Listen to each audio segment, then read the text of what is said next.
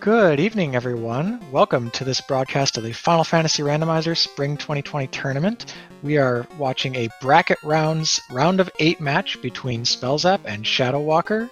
And in the booth tonight, I'm Cheesenator, and my co-commentator is Jat. Jat, how are you?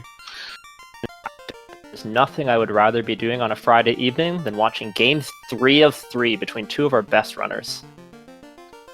The series is tied up right now. You've been missing out. It's been a barn burner, and the storylines have really kind of been building up to what you see on screen here. We've got a draft that went Black Mage for ShadowWalker, Thief and White Mage for Spellzapp, and closed out with a Fighter for Spellzapp. Same party as last night, different draft order, but these parties have had some significance so far. What's up with that? So these runners have faced off 3 times already this tournament, once in the Swiss rounds and then Game 1 and 2. Games 1 and 2, the Swiss round and Game 1 were won by ShadowWalker with a Fighter, Thief, Red Mage, Black Mage. So ShadowWalker's won every time there's no White Mage in the party. But Spellzapp got his revenge in Game 2 with the Fighter, Thief, White Mage, Black Mage draft, which you see again here today. So we'll have to see if that pattern continues. You know what they say about small sample sizes, though. As well, the games these two have played together have been very emblematic of their playstyles. ShadowWalker, he's a very fast runner on average and gets through seeds often quicker than anyone could because of how aggressively he plays, and that worked out for him in the previous 2 matches. But last night, however, he skipped a lot of chests, and this flag set we're playing on, this bracket flag set, has 3 loose items in addition to that guaranteed loose canal, so I think tonight calls for a little bit more thoroughness. But I think it's interesting because going more thorough is so against just, his mentality, like fast is ShadowWalker in a nutshell. So if he makes that adjustment, is it to his detriment? Because there's nothing worse than being in a high pressure situation and then not playing your own game. So we'll have to see if he makes that adjustment. And here we go. We're off right away. We got 1 Black Mage, 1 White Mage. All the magic is available. Let's see what we have in Black Magic. We have Brack and Bane. So we have inconsistent sweepers and excellent single target.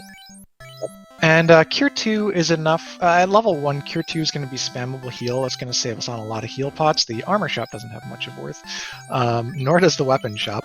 So Break's going to clear out Garland, and Bane's going to clear out, if we run into a Provoca, for example, clear out pirates or just regular mobs on the overworld, including on the ocean. So it's a little bit more convenient than Quake in that case. Not so good if we have to dive marsh and face a lot of undead. Yeah, absolutely not. Brack will do a great job, though, of getting an early level if you would need to fight an impact. It will do a great job on the sea. So, and as you said, get through the pirates. So there's not really a concern for the immediate, first few minutes of the seed, but anything after that is going to be a little bit dicey. So for those of you who are a little bit newer to the tournament, or this is your first seed that you've been watching, we're a little bit different here than like the Swiss or the Final Fantasy you've normally been seeing. We have shuffled towns on right now, so everything from now on, other than Canaria, is not guaranteed to be their vanilla location. So when they head over to Provoca, you might not be seeing pirates. And I'd like to call attention to this really good starting Temple of Fiends chests we have. So the Light Axe immediately gave us a way to deal with the coincidental first encounter of zombies, but also Light Axe is a fantastic pre-promotion fighter weapon that'll really get you all the way through the mid-game pretty handily, and can win the game in the pinch. Additionally, we got a cabin. That cabin's going to let us save outside and take multiple cracks at this Garland, just in case he rolls a spell or skill and we need to get turn order.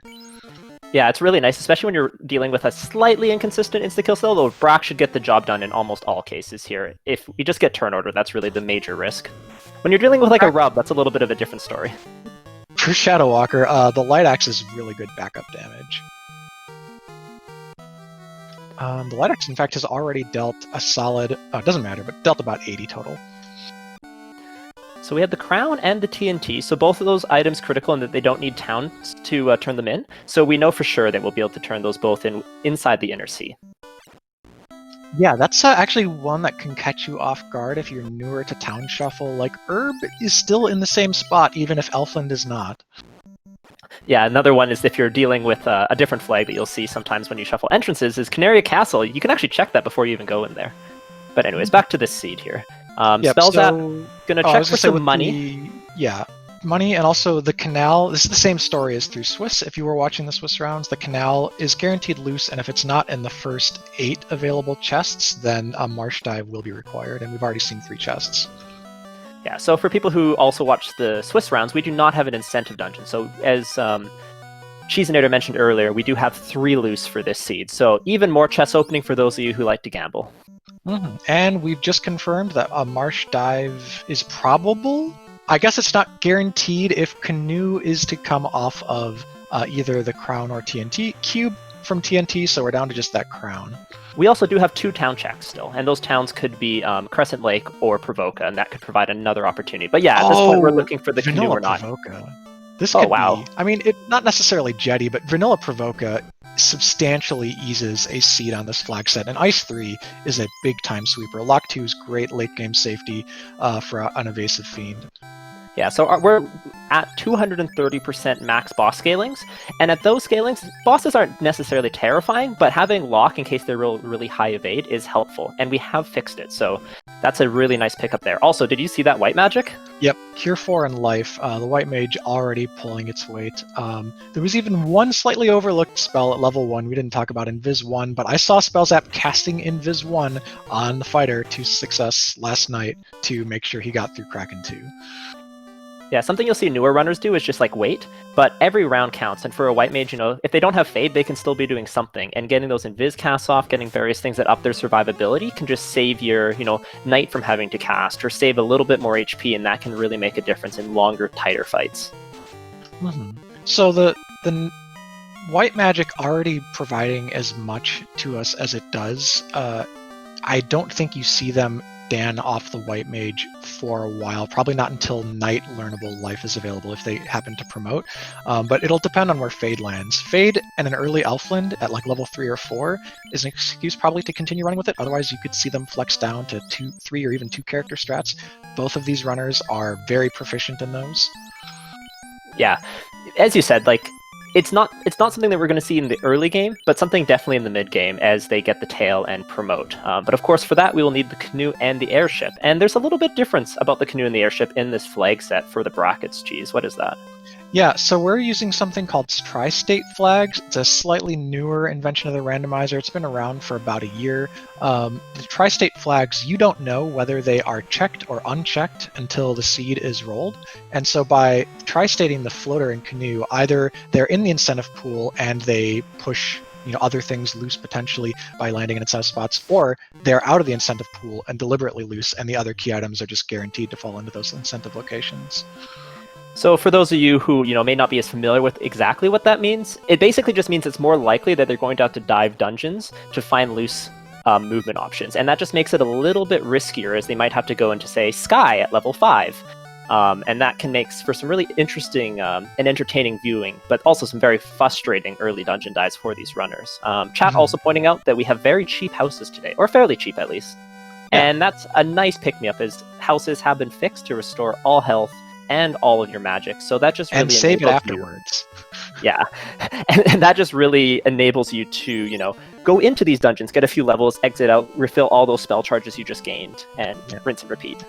But speaking of exiting out, we do not have an exit or warp spell yet. Pretty critical if we have to make one of those risky early dives.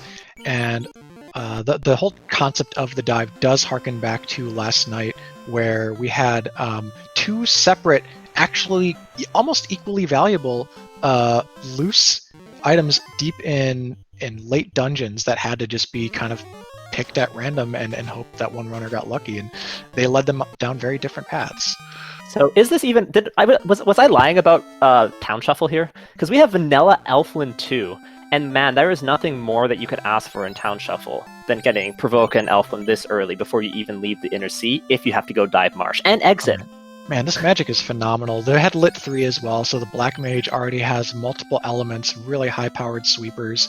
The level 4 magic, it's some insta-kills, take them or leave them, but Lit 3, Ice 3 is enough to get through. Oh, and a key! Wow! Yeah, so the key's going to open up a number of extra chests here. Something that's interesting is that that's a fairly expensive key, and that key could hide the loose canal. or the canoe, as we were speaking of before. So that's going to be very something true. interesting that, these runners, the answer might actually not be marsh. The answer might just be they need to get some money. And money can be a little bit difficult to come by in the inner sea. But we pretty much only have pop or marsh at this point to buy that key. So I think we're going to see a marsh dive, probably find either some gear or some, 4-digit gold chests. And there's death touch on, I want to say, either the Grimp or the Werewolf there.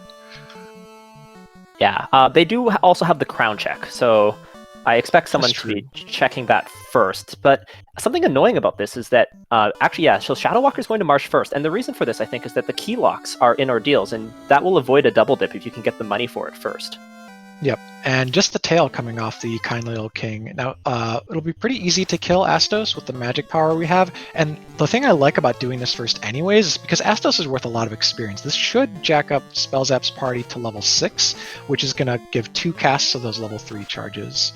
Yeah, and everything I said, too, about, not having to double dip also applies to Marsh, as there are a number of chests that are locked in Marsh basement by the key. So the key, kind of essential either way. Oof, big ambush here. Sleep Touch 3-hit very strong Scorpions, just mobbed ShadowWalker in the top of Marsh, while Spellzapp took out Astos. I honestly already like where this is going a little bit more for Spellzapp. He's going to come into Marsh with higher HP pools. Yeah. Something that probably is worth discussing is I believe Exit was level 4. So when did these white mages get their first charge of Exit? That's level 8. If you're gonna grind to level 8, you definitely do Astos first, and then you could maybe try for like an ogre creeps thing on the overworld, or maybe find green ogres and ogres. But more likely you're not waiting, because it's hard to get those last 2 levels with this kind of overworld experience. Yeah, and unfortunately you can't use a house indoors, so no way for the runners, even if they do hit the level inside, to get those spell charges. Nice adjustment here by ShadowWalker, showing a veteran move using Ice 3. Ice 3 is not effective on a lot of things in Marsh Cave, and it's not. I don't believe it's super effective on the Gargoyles, but it is just a higher damage spell. Mm-hmm. Also, with Shadow wiping out of the top like he did, he didn't actually see all the chests. So what he did, veteran move, is he goes down to the bottom on his way through Marsh 2. He checked one of the linked chests to the top of a chest he had not seen before. So he still got more of that information. Oh, but he missed a black shirt. That's free AoE casts, which if you can ration out black shirt and light axe with your other couple of AoE charges, that's easily enough to clear this dungeon. Yeah, that black shirt also could be sold in a pinch if you wanted to buy that key. I agree. And I think black shirt is the sell before light axe if you're looking at which one of those is worth 5,000 or 6,000 at the shop. Yeah. Yeah, it's definitely, and yeah, ShadowWalker is going back to check that extra chest, but this Marsh is completely empty. And he reset out too, so not going to be able to get any of the money, or he didn't really get any experience anyways, but...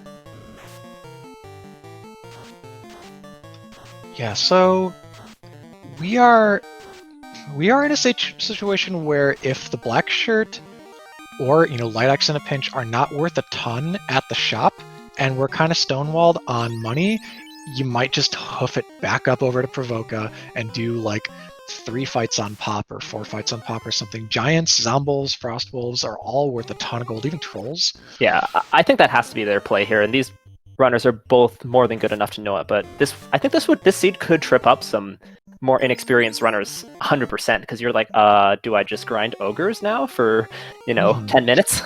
Yeah, so the first 2 towns, Provoca and Caneria, of course, with town shuffle, the rules change a little bit, but if you don't shuffle towns, the first 2 towns, they have a reduction in the scaling on their key items that can roll into the shop. Elfland and later, though, it's all things go.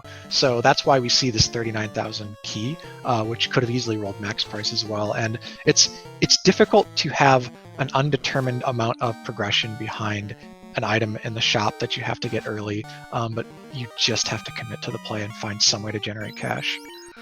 That's really interesting. I didn't know that. So yeah, so ShadowWalker about to go check out Astos and get his Tail of Disappointment. Now, the Tail is something that is definitely a nice to have, and especially in a Thief party, as the Tail definitely ups the Thief's value in the late game, as well as allowing this fighter to cast both Cure 4 and Life in this seed. So That's going to Yeah. be absolutely, just super nice to have, but not really going to help them throughout this very beginning. Is this the first time we see gargoyles actually cast that frost? Because that was a good chunk of damage, which fortunately Spellzapp had the HP pools to survive. Yeah, we did not see that frost at all on ShadowWalker side. So ShadowWalker did take care of Astos. Now he's probably on a money mission as well. Let's see what kind of decisions he makes with what he was given. Yeah, so Jonathan Yoshi pointing out in chat that the pop grind is a last resort, but the Northwest Spikes could be a good idea. Unfortunately, the Northwest Spikes are locked behind the key, which is what we need the money for in the first place. Yeah, unfortunately. Yeah, they're the only grind tile that is available right now is the one that they both saw protecting the vanilla crown chest. Alright, so selling in the shop. Black shirt, it's not enough, right? No. Even if you sell that, you're so far from getting there. You'd rather have the black shirt in hand for offense and go to pop and grind for, 35,000 or something. Yeah, at this point, they're basically committed to a pop grind. Like, if, Black Shirt plus Light Axe just gave you the whole price and you didn't have to go all the ways up there and all the ways back, that's probably a pretty strong play. But at this point, if they're going up there anyways, whether you spend, I don't know how much time exactly, but, if you spend 20% less time and lose your Black Shirt, I just don't think it's worth it. Yeah, so a bunch of cabins so you can, power cycle really quick if the fights off power cycle are good. And of course you want to save pretty much every fight that you get in the bag for this grind. But also a couple of houses, because in addition to those AoE caster items, they'll still be using Lit 3 and Ice 3 and stuff. You can have 3 of your 4 party members cast AoE right now. Unfortunately, the White Mage I don't think has picked up any kind of harm magic yet to kind of amp that up, but Zombols is probably the pack you're looking for the maximum. I don't know, actually, Zombols resist ice. This is tough. I think you just want giants. Okay, Well, this is fine. 4 Zombols, I think you'll take that. Yeah, I don't see a harm spell there, and I don't think we've even seen one, so it's not even like they just didn't pick one up. Yeah. So True Rhyme pointing out in chat, so is this required grind for key? Yeah, at this point, this is basically required, and I do believe the pop grind is the absolute best play they can make at this point. There's nowhere else they can get more money for time, even with the investment of having to sail all the ways up there and all the ways back, as the early game enemies just will not get you there anytime faster, so... And these Zombols look to have around 300 HP. That's not terrible. The Light Axe, it's the magic that it casts Harm 2. It's slightly stronger base damage than Lit 2, but it will never double because nothing in the game has a weakness to the Harm type spells. They're not elemental. They just happen to hit undead and not other types of enemies. So this is a very unusual and interesting start to a tournament. I don't think I've seen anything even through the Swiss start like this. I mean, of course, the Swiss had, as you said, the guaranteed cheaper items, so it wasn't really possible, but this is a very unique start to the seed. But we're seeing both runners kind of navigate it fairly equally. They're within 30 seconds of each other, so we're going to have to see any major divergence right after this, as this seed has been as on rails as any I've ever seen. And we're not worried about the fighter going down there. He's soaking damage. We do want to get through this fight with all of our AoE casters up, and that Ice 3 clears the Giants. So ShadowWalker in good shape after that fight. He's getting levels which matter for the progression of the seed in the long run, while also picking up his cash. So that was a really productive fight. You want more experience on your casters early and on your melees late. Yeah, that's a really good point.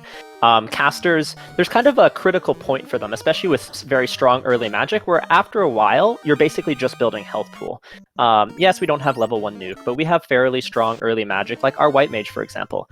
If they get up to 9 charges of level 2 magic, Invis 2 notwithstanding, they're basically going to be able to do everything they need. So early levels, get those initial charges up, and then later in the game, you want the strength scaling, and especially the hit scaling on your melee classes. Yep. Chad is pointing out that even though this is a decent grind that's, not going terribly, it's going to be slow. We're going to watch them both do the same thing for quite a while. It's going to be another half dozen fights, maybe more. It's a lot of gold to get. This is the best way to get it. They both know it. So we're just going to have to talk through it, chat, about some of the intricacies of what's going on. So let's talk about the kinds of encounters you can find in Peninsula of Power. We've already seen 4 different formations on screen, 3 of which have actually been fought. Frost Wolves, they're of course going to resist ice. Lit 3 is your best option to take them down. Giants don't resist anything. They have decent MDef. Zombies, we've already kind of discussed, they're undead, so they take that harm damage.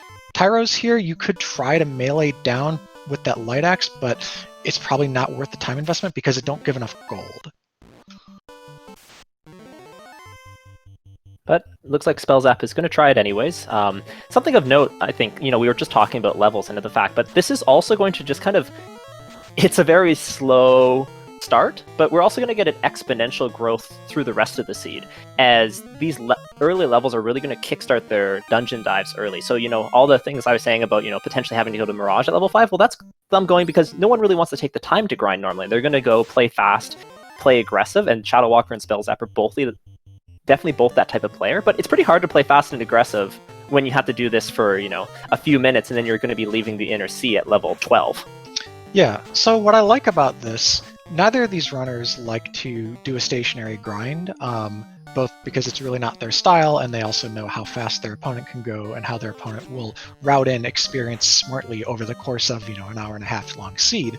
But they're both being forced to do it right now, so that's going to speed them up, guarantee they don't have to really stop and grind ever, and set them up to pretty much just naturally walk into Temple of Fiends Revisited at a healthy level. Something I like too for Game 3 is this will also just naturally reduce a little bit of the variance. And I mean, that's not necessarily what you're looking for in a randomizer all the time, but I really wanted a good match between these two runners today. And I think that this little grind is just going to make it so that, instead of a single zap taking out 3/4 of one person's party and saving everyone but the white mage on the other, the extra levels just make everything a little bit more consistent. And that's something that's nice. Though I must disagree on calling it a little grind. And hello, Trolls Have Crack. So yeah, two things there. This grind is not to be diminished. It's still going to take us a while, but also Trolls Have Crack. They don't always roll into that formation. You clearly want 4 zombies for more experience, more harm, weakness or whatever, and also zombies are not casting an Earth Elemental AoE that will possibly wipe your whole party and make you reset. Yeah. So I expect ShadowWalker will now be just power or just soft resetting when he sees that exact formation. All right, level progress wise, we got 10 for everyone, just being ticked over there for Spellzapp, who's I didn't get a look at his gold. He might just be taking a break for spell charges or houses or something. We all commented about how houses were cheap. You would just stay there, though, if you had houses. Yeah. We saw ShadowWalker make the exact same play. Unfortunately, buying those houses also slows down your grind. So that's a very interesting, quick mental map. Yeah. You have to decide, do I buy houses? Yeah. I think 3 houses or something like that, and spam a bunch of cabins, because cabins will get you power cycles. You can use your caster items for free, and then you get to house once every 4 fights, 5 fights, or however long it takes you to run out of Lit 3. Yeah, I think that's a pretty reasonable play. I don't know exactly what the prices the houses were. If they were quote-unquote cheap at 1,000 or something like that, or 1.2, that's a fight that you're spending, but I think it is still faster than walking back and forth. Oh, 687. Okay, so that's I would think I definitely agree with invest that. in some of those. By the way, so Spellzapp left Provoca with about 22,000, so more than halfway there overall. And these fights, they will speed up. The fighter is going to continue to get stronger. I think I should look up when the fighter is getting that next hit on the Light Axe, because we don't have a lot to talk about, and it's kind of relevant for killing off Tyros. Yeah, there's been a lot of kind of not memey discussions, but can you go into Topher with a Light Axe? And the answer is kind of yeah. You definitely can go into Topher with a Light Axe. It's not what you're looking for, but it is scraping the bottom of the barrel of what you're Ice Sword, Light Axe. That's kind of the level where you're oh, but I'll try it. And the problem with the Light Axe is the crit rate is very low on it, even with the way that the weapons were kind of compensatorily buffed after the change from index number to the hidden crit rate for weapons. But anyhow, Light Axe gets its 3rd hit at level 14. That's going to happen during this grind. Yeah, that's not bad. I mean, something that's interesting about Final Fantasy is that the way the hits work is very similar to D&D, like most things in Final Fantasy, in that, you're doing 10 to 20 damage because you're hitting once, and then you're doing 12 to 23 damage because you gain a little bit more strength. And then all of a sudden you double everything because then you get 2 hits. And then you add another hit. So those hit cutoffs are extremely important and really dictate how much damage you do, even more than strength and raw damage. So Spellzapp has had enough, but does he have enough? That was a quick end to the grind that I thought had a lot more to go. I think he has enough if he sells everything. Oh, he might. I see. He's on that plan. Yeah, with this kind of magic loadout, you don't need the spammable black shirt, for example. You've got Ice 3. So the black shirt also will be equipable to the black wizard after promotion, but it only really grants a few extra resistances as compared to the gold, just like a gold bracelet, which they know they will be able to buy somewhere. So it's not really that big of a deal. So its value as a casting item, and with such good early magic, they're just gonna suck it up. All right, this is great. Getting that key kind of ahead of schedule, so to speak, like giving up the piece of gear. It's actually something that we've seen a lot recently. In their match last night, I want to say both of them had a was it a katana to sell? Yes, I believe so. Yeah. So that's another thing to look out for is like, we were talking about selling gear, and pretty good gear anyways, earlier to maybe afford this, but like sometimes you really have to just gamble and like give up something like an opal bracelet, or like, I don't know if someone would give up a ribbon, but like an opal bracelet I've seen done this tournament to buy like magic and armor and things like that, or like shop key items. It can absolutely be worth it. Dragon armor too, especially items like the key difference between the dragon armor and then the ribbon is you have to think, what's the next best thing to this? Okay, dragon armor to opal armor. I'm losing 2 resistances that are hard to get, but if I get a ribbon, it's basically mute. But versus a ribbon, well, there's no really replacing a ribbon. Either you have a ribbon or you don't have a ribbon. So that's something that you really should consider. Like opal bracelet to gold bracelet, sure, I'm losing like 10 absorb. But that's not going to make or break my run in most cases, versus spending an extra 3 minutes grinding for gold. That's a really good way to lose to an excellent runner like both these runners are. And we are now up in Northwest Castle, finding an Ice Sword, a Pro Ring, and the Canal, so absolutely loaded, saving us from possibly like a Marsh Keylock dive, at least for now. Spellzapp, of course, since we already stopped to grind, he doesn't even care about checking those tiles. Like, we're done with stationary grinds. We've got our progression, we've got good gear, and we're just moving. And these were the natural first 2 checks. They did Elflin Locked for nothing, and then because they didn't have a canoe yet, the most convenient thing is to just walk back up to Northwest, check those 3, but you'll still see them clear out Canaria Locked, Dwarf Locked for sure before they leave the Inner Sea. I would say maybe 50-50 on checking Temple of Fiends Locked.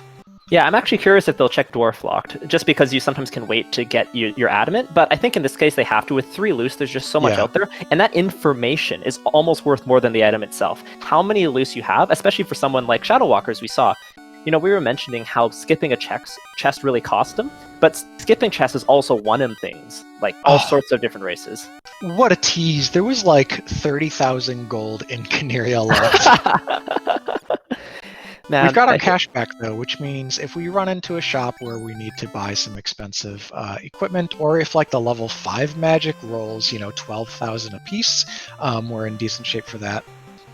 I feel like this is just like some type of commentary where it's like, this is a really expensive club, but if you get in, you get even more money. But you have to make you have to grind up your money first before we give you the money. Yeah, I have to have money to make money. So Spellzapp saying hooray to the Hooray Dwarf, or maybe the Hooray Dwarf said hooray back to him. I'm not sure. Maybe it was an exchange of hoorays, but he's on his way to 8 chests down here, which honestly is the most dense place in the vicinity, and it's no enemy steps. So yeah, I think you do this every time. Yeah, he has exit as well, so that saves even more time. But kind of a blank, except for the 1, 2, 3, 4, 5 staff. The power staff there has no special powers other than its sale price in the shop. Yeah, it really bothers me that like the power staff doesn't cast, anything, but the power bonk does. Who designed that? Yeah. Set bonuses for dragon and power things when. We got a Crescent Lake, so immediately to possibly more progression here. Crescent is great to find. It's actually going to have pretty accessible magic. With the levels we have already, we are close. We are close to those level 6 casts that come in at 16. Yeah, and everything except for slot 2 is available for the white mage only. The black mage can learn absolutely everything. So Crescent, yeah, definitely a nice pickup here, and also, of course, a key item. The pro rings are super affordable, and we've got some stuff to sell even if we want more of them. But we did find one pro ring already in Northwest Locked. For Magic Fade is super expensive, but you actually So is Temper, $14,000. I guess you just come back to these shops after you get one more big pile of cash, because as much as we've got, it's not quite enough at the moment. Oxial, that's ominous. Yeah, so the Oxial, interesting. On-rack, of course, may not even be available until we get the floater. So the Oxial does not necessarily point to an early dungeon dive, although if you go to vanilla on-rack and it's there, or Crescent Lake, both runners are going to have an eyebrow raised. Yep. So I think this move here, Spellzapp is immediately sailing out onto the ocean to go check at least one more town, if not possibly two more towns. On-rack is something you want to see because that is a full clearable dungeon. Whereas, Earth Cave, which was in the vicinity, is something that only the top, unless you're like risking it for loose items. Yeah.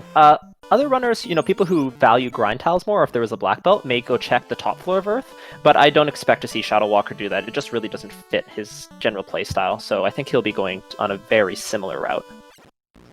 Okay, we did find on-rack, so C is open. That rules out a pre-promotion slab chain. So one thing that could have happened, we have a slab, we could have found Melmond and Lefane at the remaining towns, but we did not.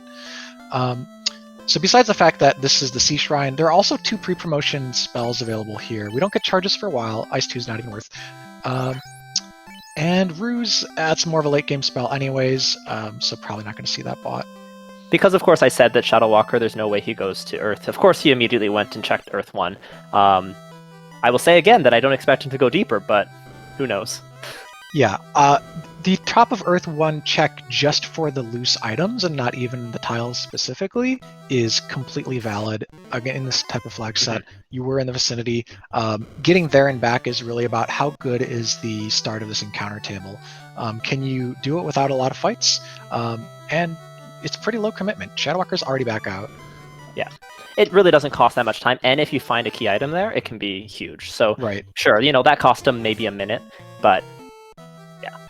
Yep. Well, Spellzapp is already to Mermaids. Ooh, and an Aegis Shield immediately picked up. So this is Mermaids, another floor without any enemy encounters. It's full of chests. One of the best places to dive early if you have access to it, especially with Exit or Warp. It's very safe once you get through 2 floors of encounters. Yeah, Mermaids is actually a really nice check, and the general rule of thumb is that if there's one loose, you can do left side first, but if you have more than one, many runners will check right side first, and that's exactly what Spellzapp's doing here. Getting the additional gear, the additional info, all of this just makes it worthwhile. Yep, and so far, just the Aegis and the extra pro ring, which I think, if he doesn't have a full suite yet, he's close. Also the Coral Sword, pre-promotion equipable weapon for the Thief, best in slot, in Sea Shrine also, so it's going to get an elemental advantage at most anything it swings at besides ghosts. Yeah, so Thieves have gotten a buff in this flag set as well, so Thieves actually will start doing very good damage, comparable to the Fighters, as they get their swings a little bit earlier, and those extra swings, as we were mentioning earlier, just grow your damage way faster than the higher strength gain of the Fighter. So, okay, Mermaids wasn't the bust. The stuff is fine, but none of it's essential. Aegis Shield is probably the most unique thing that we found here, in that it gives a resistance that's otherwise hard to come by for the endgame, and unless this is a floaterless go mode seed, we are definitely promoting with this tail in this party. Yeah, so the Aegis Shield, of course, giving poison resist, which will help out with things like Brack and Bane if our enemies cast them. Yep, and we have the key in hand, so even if there is progression here in the mythical key lock of C, nope, it's just a pure potion, we would not have to leave it behind. Yeah, and I like this routing decision here to, go check Mermaids first, and then go back onto C2 to get those chests, because once again, they're just leaving the opportunity to leave early, and, get the chest dense things first, versus other people are going to clear it linearly. So I like those little adjustments, and that just goes to show why both these runners are so fast. Yeah, it is actually, if you have Exit or Warp, it is faster to go directly to Mermaids and then clear the previous floor in reverse and then exit. Oh, rather than walk there and back, that makes a lot of sense. Yeah. Yeah, because front to back, the big trip time is the double back and forth up to the northernmost chest.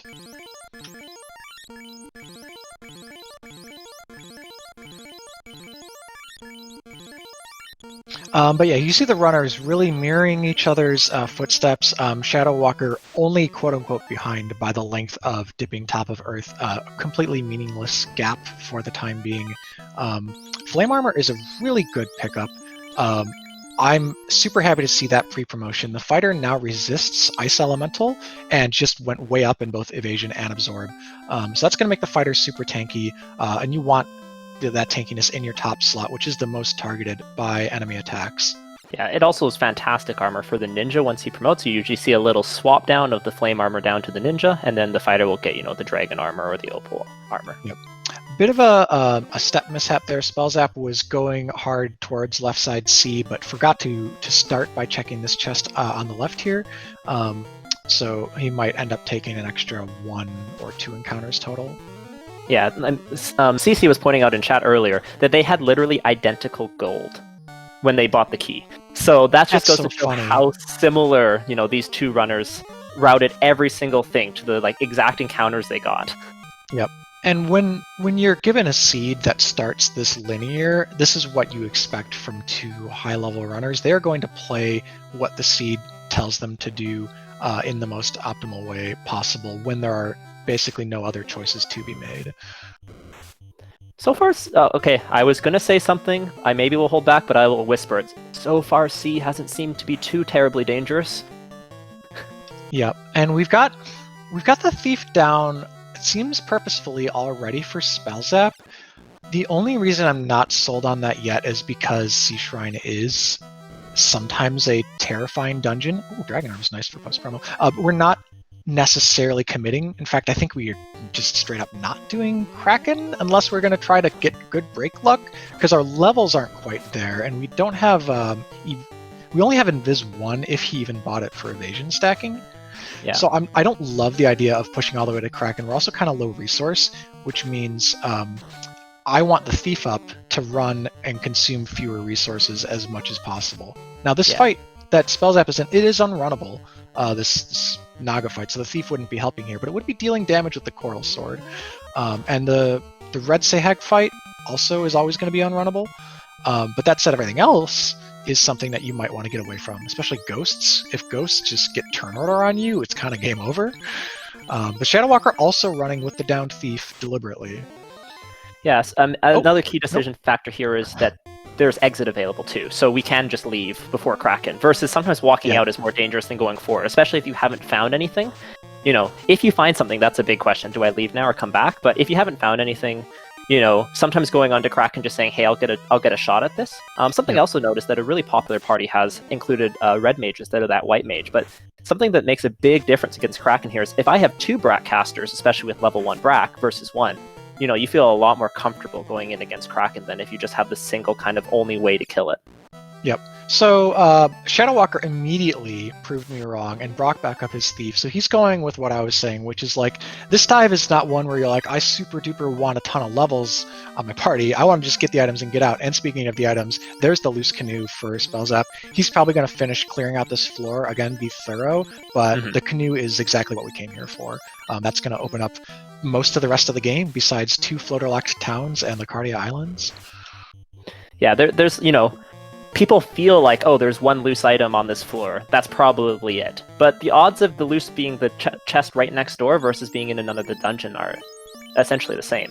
Yeah. So, unless you're dragging around 3 corpses and you have a white mage that just got out of a fight with no life charges left, you finish clearing this floor. Exactly. So don't fall victim to that feeling of, hey, I just found one. There's got to be nothing else here. Clear out the dungeon while you're there, especially if you still need to find more loose. Yeah, and that's exactly what Spellzapp is doing here. Also, funny thing I noticed on ShadowWalker, when he got that flame armor, he upgraded from a wood to the flame rather than iron to the flame, which Spellzapp had bought one in the shops. So talk about an upgrade. His fighter was actually probably getting pummeled before that. Yeah, you don't want to run into any ghosts with wood armor. Okay, Spellzapp is routing to the Sharknado room first. Oh my god, look at that money. So we're covered on all that magic we needed to buy in Crescent Lake. It's just taunting us now. They just really want you to feel the pain of how hard it was to get like 30,000 by dumping it all in one chest. Oh no. And our Sahags have a script. This is bad, but we're not dead, and sleep is a thing that you wake up from. So stun obviously is really bad. Stun is 25%, but sleep is guaranteed once you have your next action. And so the white mage is up. Can a Cure 4? Cure 4 clears status? Oh, come on. Ooh, man. Oh, cremate coming out into too. cremate. The fighter does the fighter have fire resistance? No, the fighter has ice resistance. Yeah, and they don't. Who has the light axe is no good. They don't have a blood. Yeah, they go don't for really have Cure sweepers. 4 here on. Yeah, you have to get the fighter back up just because he's got an HP pool that can possibly tank this, and his run chance is decent. This is unrunnable. Oh. I don't think he gets out of this. Oh God, wow. Yeah, I guess run chance not relevant for that fight, but as far as like maybe getting out of the dungeon alive, still Spellzapp knows what's up. He knows exactly where the canoe is. He hadn't seen anything else that he needed on that floor, and he can even go in on a different part of the encounter table to possibly route out that particular fight. So I think it's going to be jet to the canoe and exit. Maybe you check what was behind the Sharknado tile, which we never got to, I don't think. There's 3 chests he did not check, I believe. Okay, well cabin is behind there, so he wouldn't be missing out on anything. ShadowWalker going on to Kraken, it looks like. And I was kind of 50-50 on this decision. Like, you mentioned that you would probably exit out.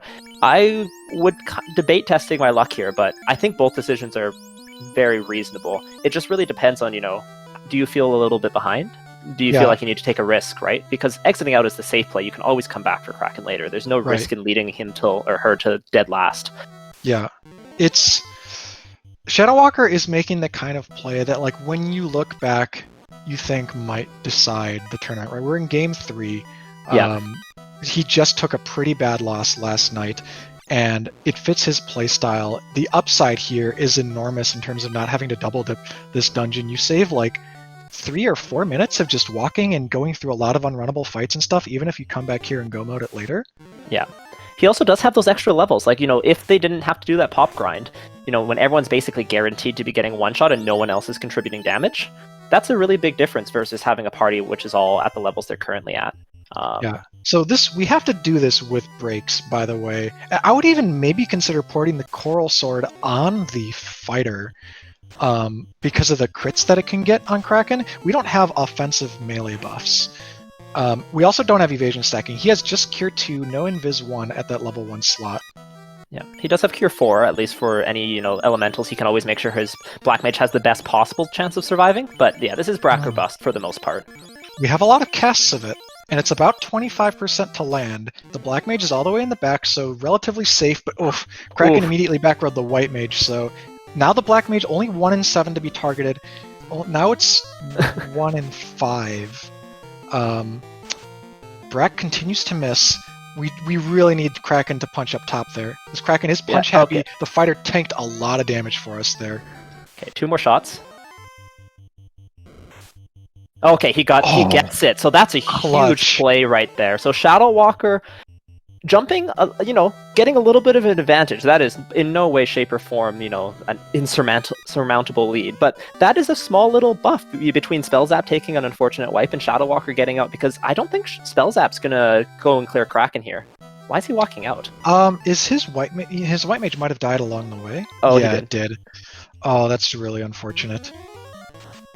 Yeah, wow. so... and you wouldn't push onto Kraken, I think, without the White Mage up, because you'd probably think I need Cure 4 for the best chance to win that fight. Yeah, Cure 4 was definitely like a solid part of the consideration there, which is just like if Kraken decides to be a little bit spell happy, you can always just survive multiple casts of, Lit 2 or various things like that. So, never fear, if you're someone who's like, oh no, a runner got behind, this is pretty bad, a very similar thing happened last night. Spellzapp wiped to Kraken, lost a very important progressive dive into Sea Shrine that had the required loose adamant leading to floater, and he persisted and ended up winning the long run because other coinciding factors in that seed made it end up not mattering that he spent all that time. So there's a lot of game left to play, but ShadowWalker does have an edge of a few minutes now at least. Yeah, and I mean, you gotta love two runners who have some history with each other, because you gotta think in Spellzapp's mind now, hey, you know what? I took a wipe. That's gonna lose me some time. ShadowWalker may or may not have, but I won last time, and that happened to me. So it's not just like, it's a little easier to just know, you know what, this is not over by any stretch for him himself, and keeping your tilt and control is very, very important in these seeds. Yeah, playing through adversity is a part of being a veteran randomizer runner, veteran speed runner in general, and if you couldn't push on through, a few bad wipes or whatever, like, you wouldn't be in the top 8 of this bracket. Yep. So getting a little bit of good experience here. This 4R Hydra pack is actually quite nice and really easy to take out. But once again, no static grinds are going to be had here. Yep. We have 3 really good ways to clear the. No, 4 really good ways. We have an ice sword, which is elementally effective. We have black shirt and ice. No, wait, we sold the black shirt, didn't we? No black shirt, but so we just have ice 3. Never mind. Only ice 3. Only probably the most effective way to take them out outside of Yeah, that's nuke. still fine. But yeah, unfortunately, no warp trick available. So for those of you who watch some other runs, exit is very nice in Ice Palace or whatever, Ice Cave, because you don't need to go there and back twice, but you still do need to go around once. So it is just slightly slower than having warp. Unfortunately, we don't have the TNT, so we're not going to be able to bomb jump the gap there to get that incentive chest. Oh, but that pixel lineup's so precise. I don't like using TNT there. Cool. So what you were saying about exit, yeah, that means we can still do just a single loop through Ice Cave. It makes it substantially shorter and less dangerous. We can just do this bottom floor here once, and then when we get down to the incentive chest, exit out. You'll see a lot of tiles along the way here, as you were saying, but tiles kind of are past relevance. Spellzapp, though, he zigged where ShadowWalker zagged. He's going up to check out the last remaining town, which is Melmond. He can buy some magic, translate a slab. These are castable spells, including Invis 2 and A-Rub, passed on the A-Rub. SMH. Oh, and we also have Nuke in a Black Mage learnable slot. So that Nuke, it probably will not evade ShadowWalker for long unless he also goes to full clear Volcano immediately following this ice dive, because this location of Melmond, it's right next to the waterfall, and you're totally going to do waterfall when you have canoes, so nobody's going to miss Nuke for long. Yeah, waterfall is an incentivized location. Some newer runners get a little bit tripped up because, okay, we have a ribbon in ice, but I'll continue. They get a little tripped up because they're like, waterfall's not listed under incentive locations, but it's actually the robot here, which counts as an NPC. So do know that in most seeds you'll need to go to waterfall. Yeah, there are 6 main NPCs who, I mean, depending on the flag set, but generally speaking, they always hand you an incentive item. That's the King, Sarah, Bicky, the robot, Sarda, and someone. So I'll get back to you. Is it the shop? Maybe it's just the shop, yeah. Oh, no, I said Bicky. Someone said pirates in chat. Anyways, that's neither here nor there. Those are some of the guaranteed incentive NPCs. They're not fetch quest NPCs. They just hand you an item without you having to do anything else, unless you turn on flags that make you kill Lich or kill the vampire or whatever. Oh, speaking of killing Lich, the sages. Yeah, that's the 6th one. We got a worm trap tile with Dazzle here, but we got away from it on Spellzapp's side. So as these runners clear out... Oh, okay, Waterfall definitely a very nice play, as that was a loose herb right beside the loot. So that herb is our second loose item. That means there's 1 remaining. Mm-hmm. And a ruby. Okay, so ShadowWalker finds a fetch quest that can lead to 2 key items, or incentive/key items, while Spellzapp finds a loose that kind of doubles up. So they both got 2 essentially items out of their dungeon. ShadowWalker gonna have to wait though to find out what more of he got turns into. Yeah, so I do want to talk about an item that's kind of conspicuously missing right now, which is the floater. So the floater is a key movement option to find those last 2 towns. Those last 2 towns, at this point we know, actually they are Melmond and Lefane. So we do know that 1 key item is locked behind them, and if that key item is the chime, we know that the floater will be required. Now, in the last 2 seeds, whoever got the floater first won. In both races, the floater was found well before by one runner than another, in a very similar divergence to what we have right now. So we'll have to see if that holds true again, speaking of more small sample sizes. Floater advantage is very important at high levels of play because the runners know exactly what to prioritize doing with it and where it save them the most time. You'll see early floaters tend to wash over in maybe longer races with less experienced runners. Yeah, the floater kind of leads to analysis paralysis for newer runners, but veteran runners are like, perfect, now I can make all of the best decisions. And that's a very different situation to be in. All right, so what is this ruby leading us to? Down here in the Incentive Titans tunnel, we have the chime. That's a required key item.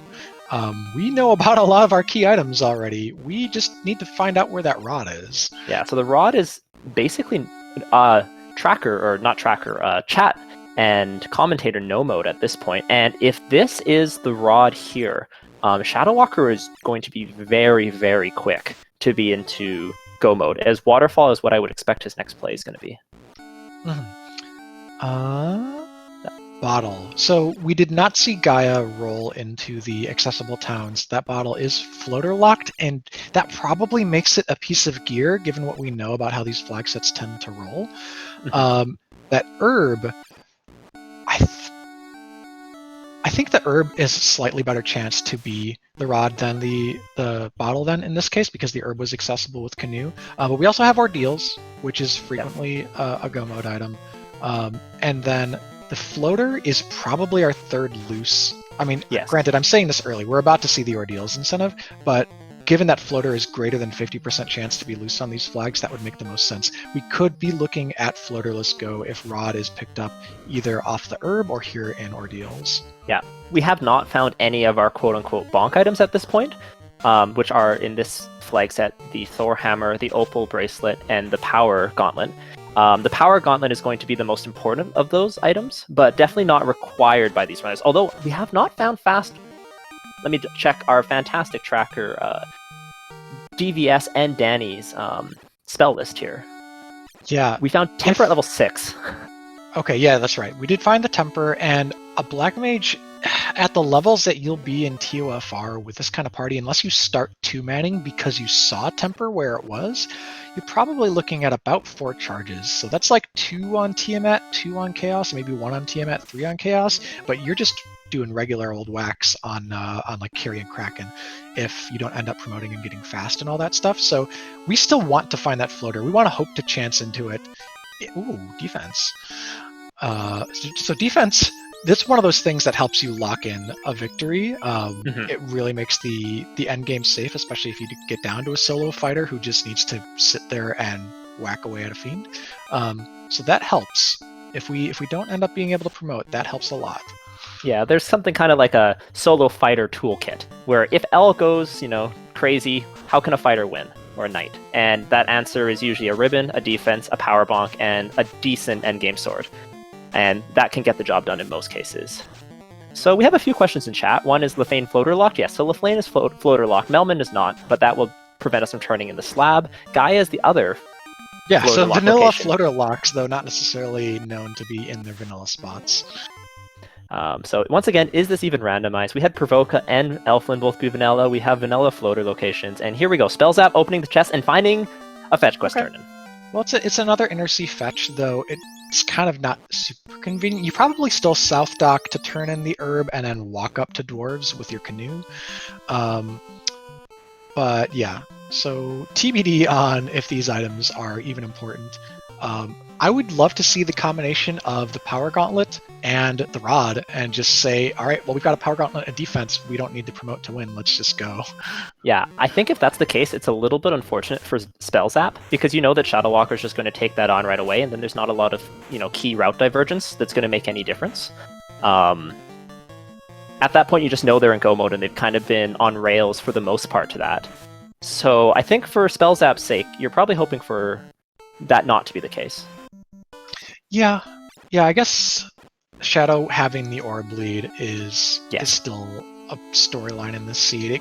Because they were kind of pushing through these incentives as quickly as they were, I'd briefly forgotten about that. And there is the Rod off the herb. So floater not required to win this game, but might be strongly suggested to win this game based on how the Temple of Fiends Revisited rolls. Yeah, so there's our gold bracelets too, which is actually something that's really nice to find.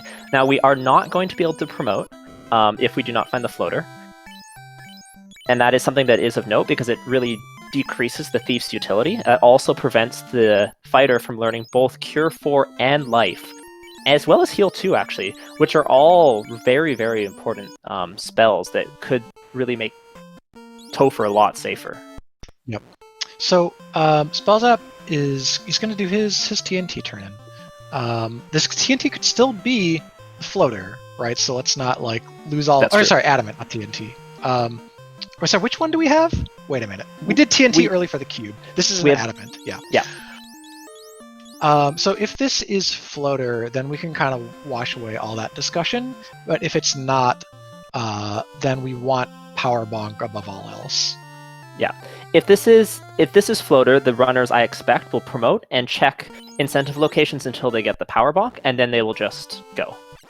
If it's not the floater, we'll have to see what decisions they make, and that could be a very, very important thing. Is multiple runners have won or lost races into a single Topher wipe. Mm-hmm. And including in this series, I believe that was how the first game in Swiss was decided.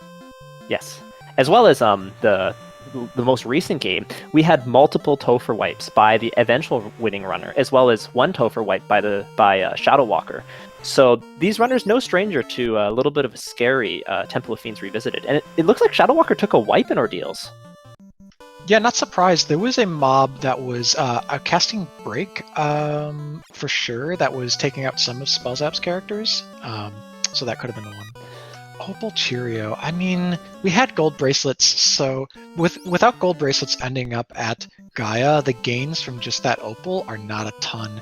You're going from 24 to 34 absorb on one character, so you put that on your white mage, and if it happens to get back road, you hope that extra absorb is enough. Yeah. But that's once again, an incremental improvement that in no way, shape, or form is what Spellzapp is looking for. Now, Spellzapp does not know at this point that the Chime is in ice, so he will be opening chests and will find that ribbon, and that's a nice pickup for him. And that brings us up to 2 ribbons as well. So that is definitely like Topher location, like Topher happy. 2 ribbons, that's where you want to be. That's not going to be a problem. They have the defense, they have Invis 2, they have Temper, but no fast. And at this point, I do not believe fast is either in Gaia or Lefane. Yeah. So. You have to start strategizing now. Like when you're go -1 without the floater, you really have to start thinking ahead to what's my game plan to win this, because I'm not going to have certain safeties guaranteed. Our best pre-promotion sword right now is the ice sword. Not great. No. And we didn't come across the power gauntlet on that fetch quest. So I would be thinking extremely hard about Temper and to a degree about Fade, though we did have Nuke roll at a lower slot, but I think that Black Mage becomes so valuable that you start 3 or 2 manning. Like the Thief without promotion isn't bringing anything to the table. You don't really care about a couple of whacks with the Coral Sword. So we really need to start juicing up the levels on the Fighter and the Black Mage in particular.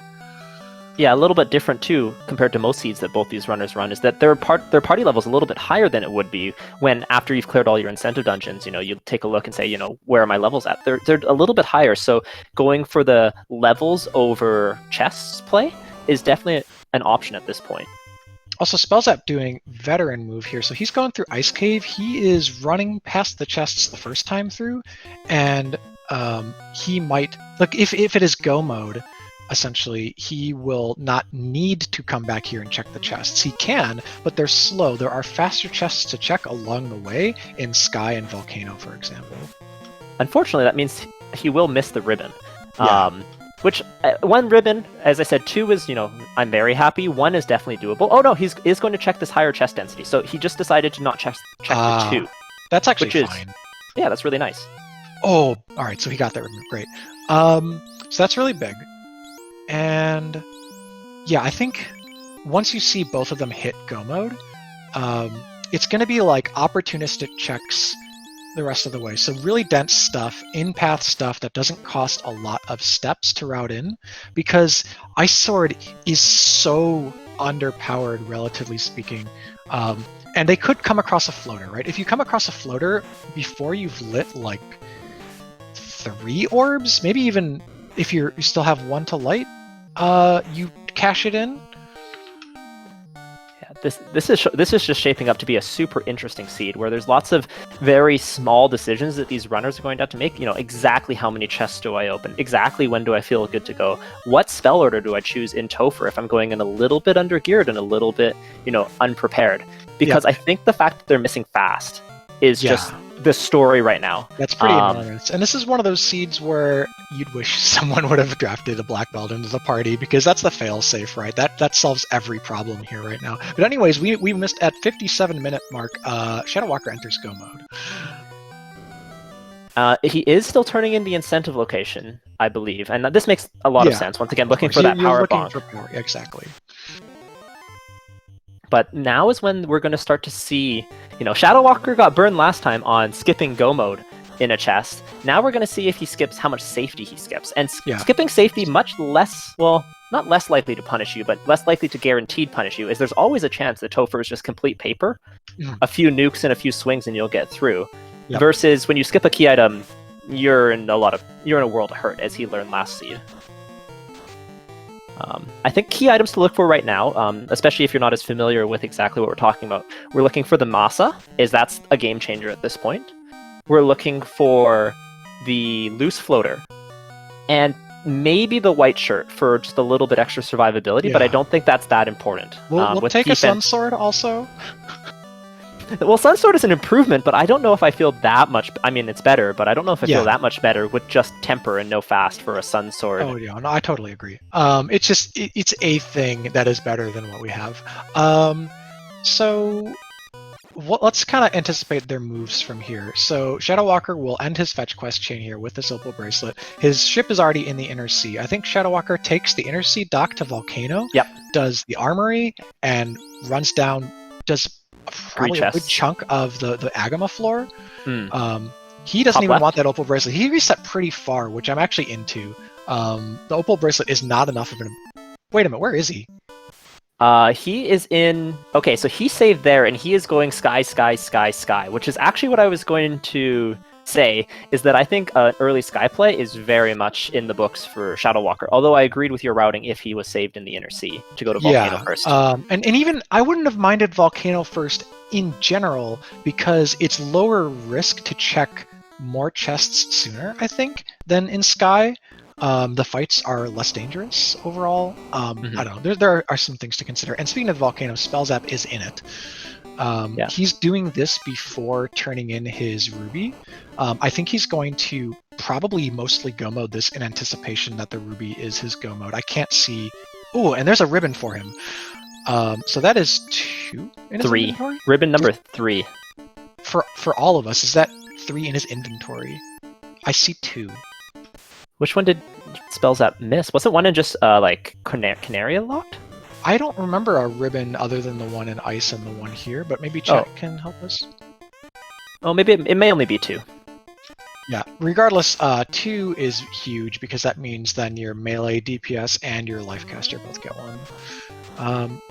But yeah, so I'm envisioning Spellzapp will do the partial clear of Volcano, leave the hairpins behind, leave the vanilla flame armor chest behind, that kind of stuff. Katana, that's a tease. And ShadowWalker has done Mirage 1, and he's resetting. Yeah, I think he's probably going to clear like a third of the chests between here and Tiamat, maybe? I don't know. Yes. Probably, maybe skip less than greater than left and right side of Sky 1, all of Sky 3 is kind of... Oh, going to left and greater than. I think you do less than greater than and left and right of Sky 3 and see where you're at. Xcal is another tease. So we find the Xcal and the Katana, of course, neither being equipable until you promote. Shadow also, he still needs a chunk of levels. He doesn't need as many as he would have without having the early grind, but the encounters in Mirage and Sky are valuable, so the walk from here to the top is going to get him a lot of what he needs. Yeah, so this nuke play, not conserving his spell charges, and at this point it's not super great way to kill Tia either. Oh! Big big find there. Spellzapp got the Maza, and I think he's just going to gun it. He didn't even go to the left side of this floor. He only checked one chest in there. That's exactly what he needs to win. Yeah, wow. The Maza is the game changer. Mage Stick is like another element of AoE that we can spam on one of those characters that wasn't doing much, so bravo, Mage Stick. Yeah, ShadowWalker, not a fan of that sleep lock party, so he's out of there. Wow. So this route divergence has actually led to a way that Spellzapp can catch up. He is down 1 orb right now. So Crabcake's pointing out in chat with the way that Shadow's clearing, I think he'll get it too. Now, the really interesting thing is what happens if ShadowWalker finds the floater in Sky? It leads him to some extra checks that are ultimately probably still beneficial, and like promotion is enormous, so you can't like downplay that that promoting would give one runner an advantage that probably makes up for some of the time spent doing it. But yeah, with Amaza in the chest where it was, ShadowWalker will get it, but he'll get it late. He might get it after having done all of air and maybe some of earth. But anyways, we've pulled another here for Spellzapp. Yep, so Spellzapp going for just damage strats, knowing that nukes and swings should get the job done, especially with that newly picked up Masa. But did that just do 100 damage? I just missed it. I saw the dark and the fog too. My attention was split. So I did not see a lot of damage there. So Nuke should still have no problems, and Carry not being particularly threatening to anyone but Dan. That was a low roll nuke there. Maza did finally break through, but that was a pretty high absorb carry 1, which can happen a lot. It's hour 3. Spellzapp has lit his first orb. Yeah, carry 1, surprisingly tanky Fiend. I think a lot of people underrate, high in both defense and magic defense. Can be scary. Not in this situation so much, but if Volcano is your very first dungeon, yeah. Mm-hmm. So very much a tale of two different runners at this point. Oh, sorry, go ahead, Cheese. Just point out, again with the route divergence, so Spellzapp getting the Maza earlier, and specifically before Sky, which, by the way, ShadowWalker doing a very out-of-the-way chest, probably atypical for him there. Getting it before Sky means that if Spellzapp runs into a Warmech, he may be situated enough to take the fight. These runners are both the kind who would definitely skip a Warmech if it felt risky, but I'm just saying there's more easy experience to be had in front of Spellzapp with a Maza in hand. And God, these slimes have ice too, and we're spamming it.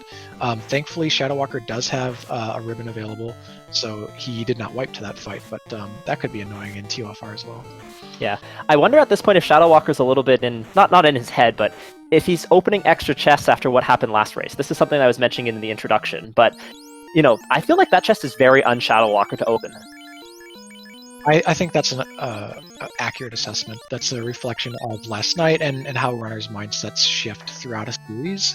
You know, there's no one right way to play this game, and you are playing your seed kind of in a vacuum if you imagine it. Your opponent doesn't affect you, but the previous outcomes absolutely affect you and follow into how you play the series out. So there are a lot of mental games you need to consider when you look at like 1v1s and randomizers.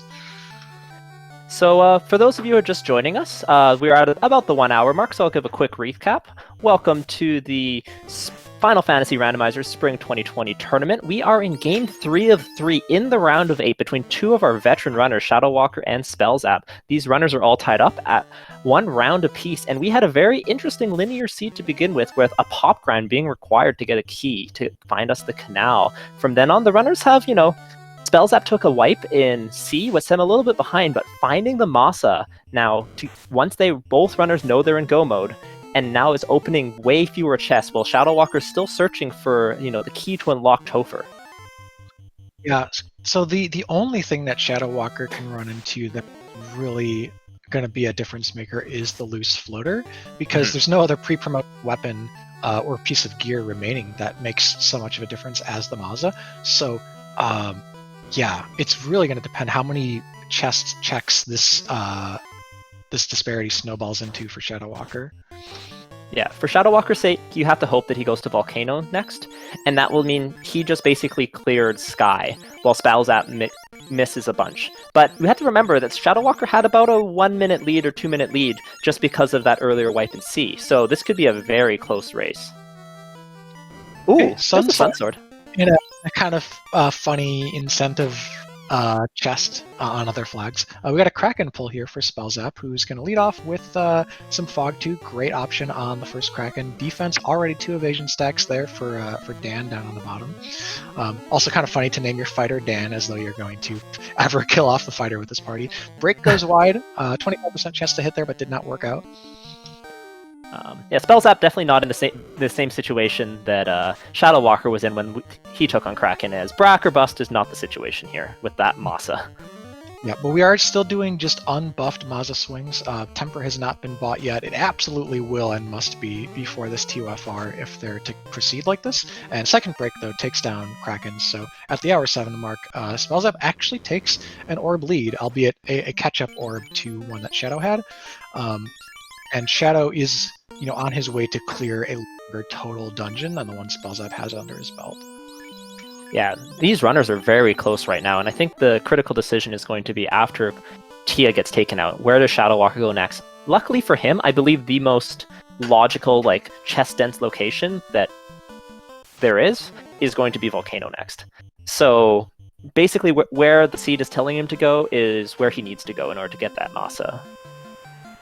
So Spellzapp, with his proximity to Earth, I think he just does it. I don't think you ever would sail by Earth and say, you won't want to do this. That said, with the way you kind of have to route back to Temple of Fiends, it depends. If he wants to north dock at Matoya to return to Temple of Fiends late, then he could do Sky Last, for example. Yeah, I think this routing decision is not as critical, but I believe he'll do Earth next as well. Yep. ShadowWalker picked up an Ice Armor in Sky 3, which I guess it changes around our resistance set a bit. I don't think we have an Elemental Shield yet, but Ice Armor is more valuable than Flame Armor in that there are more late-game fire-type abilities that you are worried about. Here goes that level 6 magic picked up for Spellzapp. He's got 2 charges of Fade and Temper apiece. Really would love to see that go up to about 4 or 5 charges. Yeah. Also, only 3 charges of Invis too. Yeah, but the Thief continues to stubbornly persist alive and just not bring anything unless... Oh wait, here's a grind. Okay. Alright. Oh, no, never mind. Spellzapp just wanted to see if there was one, freebie tile there on the left side of Earth 1. Yeah, so Spellzapp, though, even just showing that, he's interested in a chest or in a grind spot, or maybe just checking, in case the first dive into Topher doesn't go well, because they really have not checked any grind tiles at all, so they have no idea, what could be out there. Also, this is...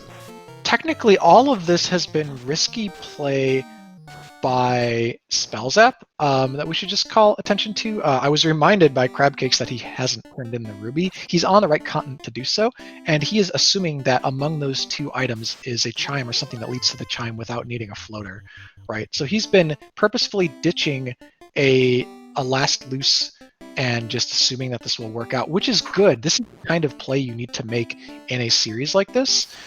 But there's the loose floater for ShadowWalker, so... Oh man, such a tale of... out. If ShadowWalker promotes and also gets the Maza on the pretty free chest in Volcano, he's going to save travel time, and he's going to be promoted with, Night Learnable Life and Cure 4. I want to say that swings things back in ShadowWalker's favor for sure. But ShadowWalker just exited there without taking out Tia. That means, he is going to have to walk all the ways back up Sky. He might have been kind of low resource, given how much of the Sky Palace he was clearing. I don't love an exit there, but at the same time, his offensive capability for Tia is pretty much just break or bust again. Yeah. I don't know. I would have pushed on through, but maybe he wasn't feeling confident. Maybe he wants to get the spell charges before he gets any more levels, because part of that late game strategy with the Knight is getting it 2+ charges. I think the location of the floater just really changes, the math there a little bit, in that if you wipe, you have to go all the ways back to the top. There's no just dipping back in to get the floater. And also Spellzapp picked up his 3rd ribbon in Earth. So all my talk earlier about, that ribbon, I just was sensing it in Earth. So there we go. Spellzapp has 3 ribbons. So he's got all of his important characters covered. Spellzapp will not check the chests that had that floater because he won't be looking for it because he doesn't need it now. He has 3 ribbon wearers who are all protected from that crack, by the way. Thief, though, purposefully in the top slot there to die. And yeah, we're going to see Spellzapp get a bunch of levels on his melee and casters while he goes through Sky after Earth. So at this point, what I'm anticipating, unless Spellzapp takes a grind, which he may need to take a small grind or something just to get a few more levels, but is that Spellzapp will be most likely entering Topher first, but ShadowWalker will be in position to clear it on his first time, while Spellzapp, depending on what Topher has in store, may not be. Yeah. So this is a good gear situation for ShadowWalker. He might even... Oh, know what? I think he reset the XCal in less than greater than. I think ShadowWalker wants to go back up from bottom to top in this dungeon. And in addition to getting the levels that will give him magic charges on his fighter and to a lesser extent the ninja, he's going to get the XCal, and that is his endgame weapon now, right? Or one of his endgame. He has a katana in hand, I'm pretty sure. There was a katana on Sky 3. So if you're in ShadowWalker's shoes here, do you check... Oh. Do you check Gaia or Lefane? I think I would do the vanilla Gaia location, just because it's so quick, and if it's power bonk, it definitely secures it, but I think Lefane is skipped at this point. Yeah, I agree. And if he was going to do that, though, I'm surprised he didn't do it right before this. He might think about it after he leaves and he's in the air again. Mm-hmm. So kind of a speed bump is down for Spellzapp. That's 3 orbs lit. ShadowWalker restarting the dungeon where he would get his second. I mean, I do and don't like this. He's making trade-offs with the decision to leave to promote. It secures the Tiamat kill and even a possible Warmech kill way more likely, but the double trip up the longest dungeon in the game is something that leaves a little to be desired. So ShadowWalker is behind in like total amount of steps from here to the end of the game. I just want to say, I think this is a hilarious seed right now. If you know the history between these two runners in the past seeds, in the last seed, ShadowWalker lost because he skipped chests. In this seed, Spellzapp is in the lead in terms of progression to the end of the game, if not in safety, because he skipped a bunch of chests. And he did not know until just that moment that the chime was in Ruby. He could have been, missing out on his essential go mode item for this whole time, but Spellzapp was taking that risk. Meanwhile, ShadowWalker exiting out, playing a little bit safer, checking chests, getting the floater, promoting first, just almost a full role reversal from the last seed, and we'll have to see how it pays out this time. So Spellzapp, he's on his way. He needs some levels, and he's going to get them with the downed Thief. ShadowWalker is going to be going full 4-person strats because he's got a katana wield. So I like ShadowWalker's, as you were saying, chance to one-shot the end game better than Spellzapp's, but it'll depend if he can get there first. Spellzapp will lose some time to no floater, but he's only got 1 dungeon left. So you go Sky and then you North Dock Matoya, and it's actually not that much sailing. You can just encounter manipulate your way through the ocean. So ShadowWalker about to get onto the Bridge of Destiny. For those of you in chat who want to call out a robot friend, which I think ShadowWalker should be hoping for at this point. Yeah. For those of you cheering on ShadowWalker, get your bless RNGs in chat. For those of you cheering on Spellzapp, get your bless RNGs in chat, because Warmech could just have nuclear as well. So anyone who wants to see a good time. He doesn't have fast right now, and he hasn't bought temper yet. He just has an XCal, a katana, and some casts of nuke. So I don't. If Warmech rolls high HP and or high absorb, I actually don't love his chances here, and the HP on his party isn't great, so it's kind of a dicey fight. I think if Warmech is runnable, it can roll unrunnable, by the way. If Warmech is runnable, you might see him avoid the risk. Yeah, taking this easy, these EXP pinatas here, with Ice 3, nice and easy to clean up, and worth a good chunk. You're not quite going to see the runners high five like ShadowWalker leaving with Spellzapp entering because of their relative positions, but it's close. They'll be in the dungeon at the same time. So right now, Spellzapp has 2 orbs lit. Notably, one of them is Volcano, and Volcano is, I think, the fastest dungeon, other than maybe Kraken. That's 3 orbs lit, but 2 that ShadowWalker doesn't have. Yeah. So, Spellzapp definitely has an orb lead, and orb lead cannot be understated. And I would not count out ShadowWalker at this point at all, depending on what's in Topher. So this Tia does not have much in the way of absorb. The X-Cal swung in for 250 with no buffs. The Katana didn't quite do as much. And Break didn't land, but that was like, God, 500 HP or something? 450 or 500 HP. And with that, ShadowWalker's done with this dungeon. So the second dive, it was a lot of walking, but he's done.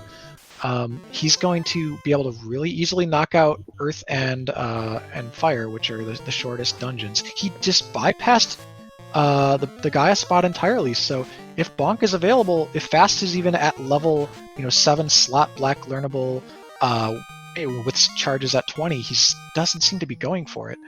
That really surprises me. That is a very quick check, but he has no idea, that Spellzapp is in riskier but faster go mode. He may just be thinking that they're on the exact same pace, and a that lot of therefore they both got their go mode from incentive dungeons.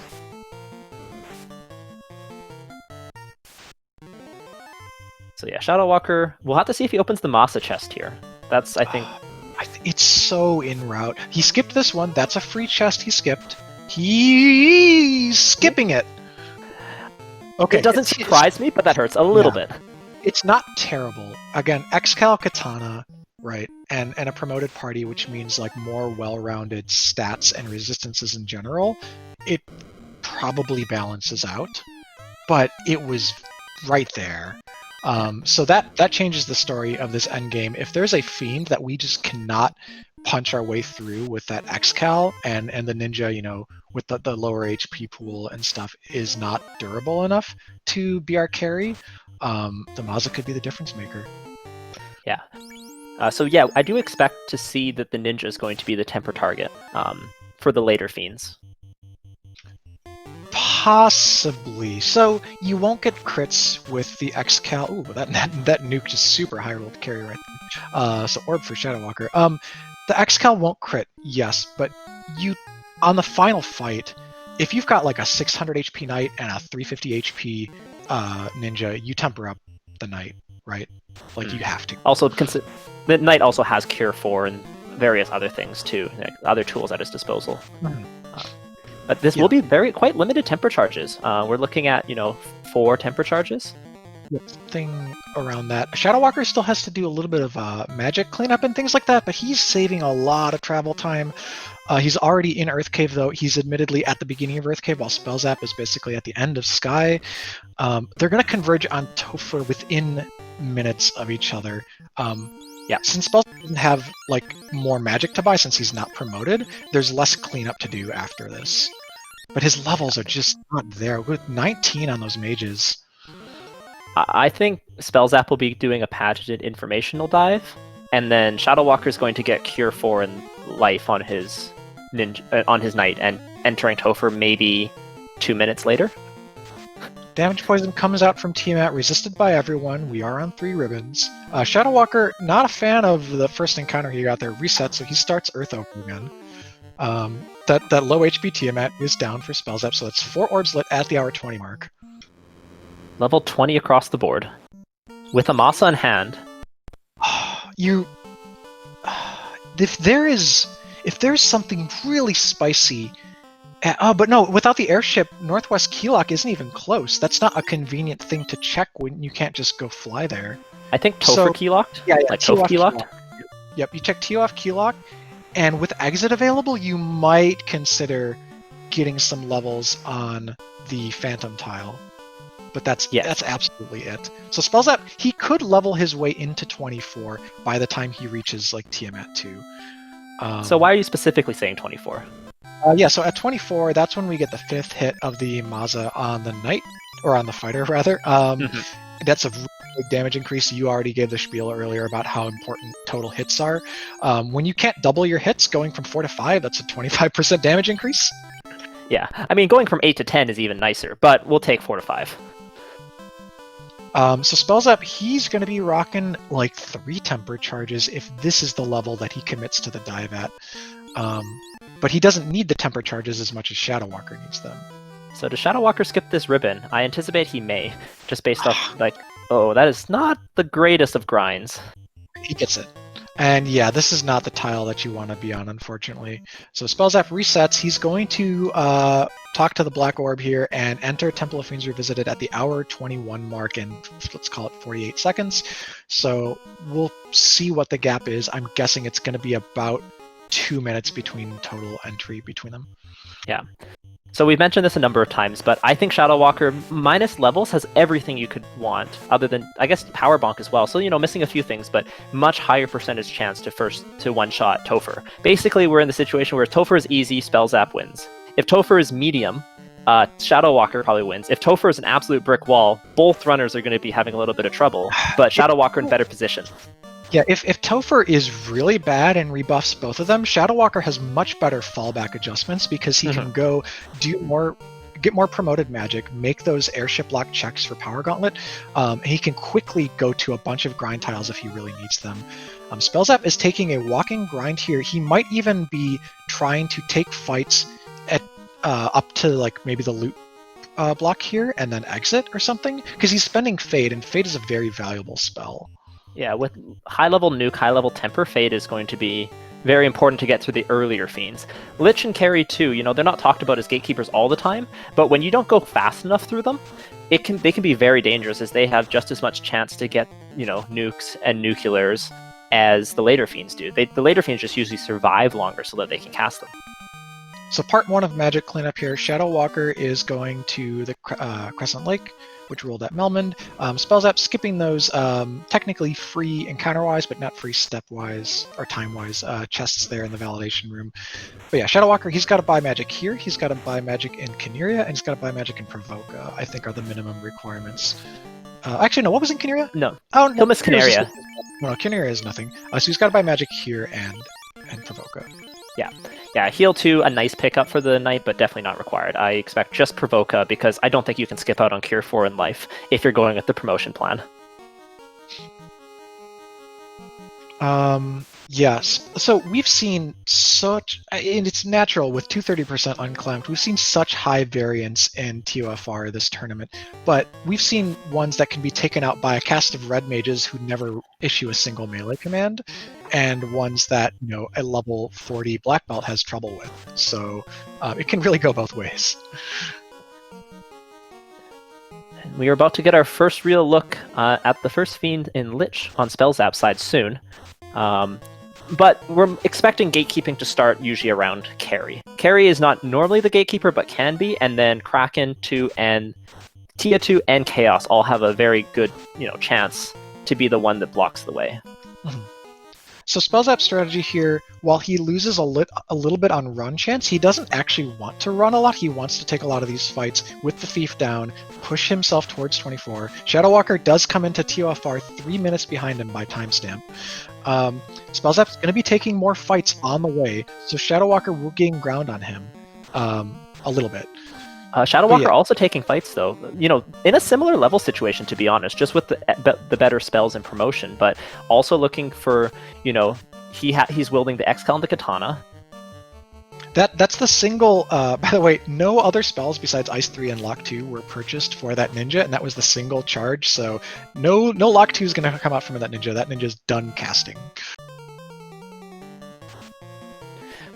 So how are we looking for ninja breakpoints on that katana? So the levels are 22 right now. 23 is when we get our 5th hit on the katana. So going to be a big offensive spike there. And ShadowWalker will have more total DPS on these fiends as he goes through. Oof, he's must not be ribboned on that fighter right now because that crack from the troll just smacked his fighter. Spellzapp is through Lich 1, or Lich 2 rather, the first of the refight fiends, onto the fire floor, and he's gonna probably keep the Thief down until maybe Meat Shield here for Carry, absolutely Meat Shield for Kraken, but this is probably the last floor that's a good EXP per fight that aren't super dangerous. The next floor starts to get into really dangerous mob territory. Yeah, so something of note right now is that for Spellzapp, if that White Mage goes down, there is no additional life charges. So White Mage goes down, and this party is running with whatever they have. Dan is level 22 right now, but that level was ticked over on the Saria fight on the previous floor, so he's probably about halfway to 23. he's really going to have to push. He doesn't want Grey Worms, though. That's not a good EXP per time fight. ShadowWalker left. Was that an exit or a reset? I believe that was an exit, but I did not see it. Yeah. So he's back going through the floor with the Gas Dragons, while Spellzapp pulls Carry and is going to go with Invis 1 strats to keep the fighter somewhat safe up top, Nuke from the Black Mage. Honestly, between Maza and Nuke, this is probably enough DPS for Carry, who has 700 HP in vanilla, rolled low, and is done after about 600 total damage. Okay, so Spellzapp getting into the final 3 bosses of the game, and this is where we're really getting into kind of scary territory. That fighter, without Bonk, and with defense, Chaos can be a very large issue. Massa is great, but if you can't hit him, that can be a problem. And if this Kraken back rows that White Mage, that's going to be it. And if the Kraken back rows the White Mage and the fighter, even worse. So this is a much scarier fight for Spellzapp than ShadowWalker. ShadowWalker has 2 life casters, while Spellzapp only has a also, single. Spellzapp, thankfully these waters rolled under 200 HP. Spellzapp is taking a somewhat risky fight here, just given the number of waters and how high their physical attacks are. But he actually got through it with a cast of Ice 3 into a cast of Lit 3. So Dan is ticking up to 23. Does he push for 24 before Kraken, or does he try to get it between Kraken and Tiamat?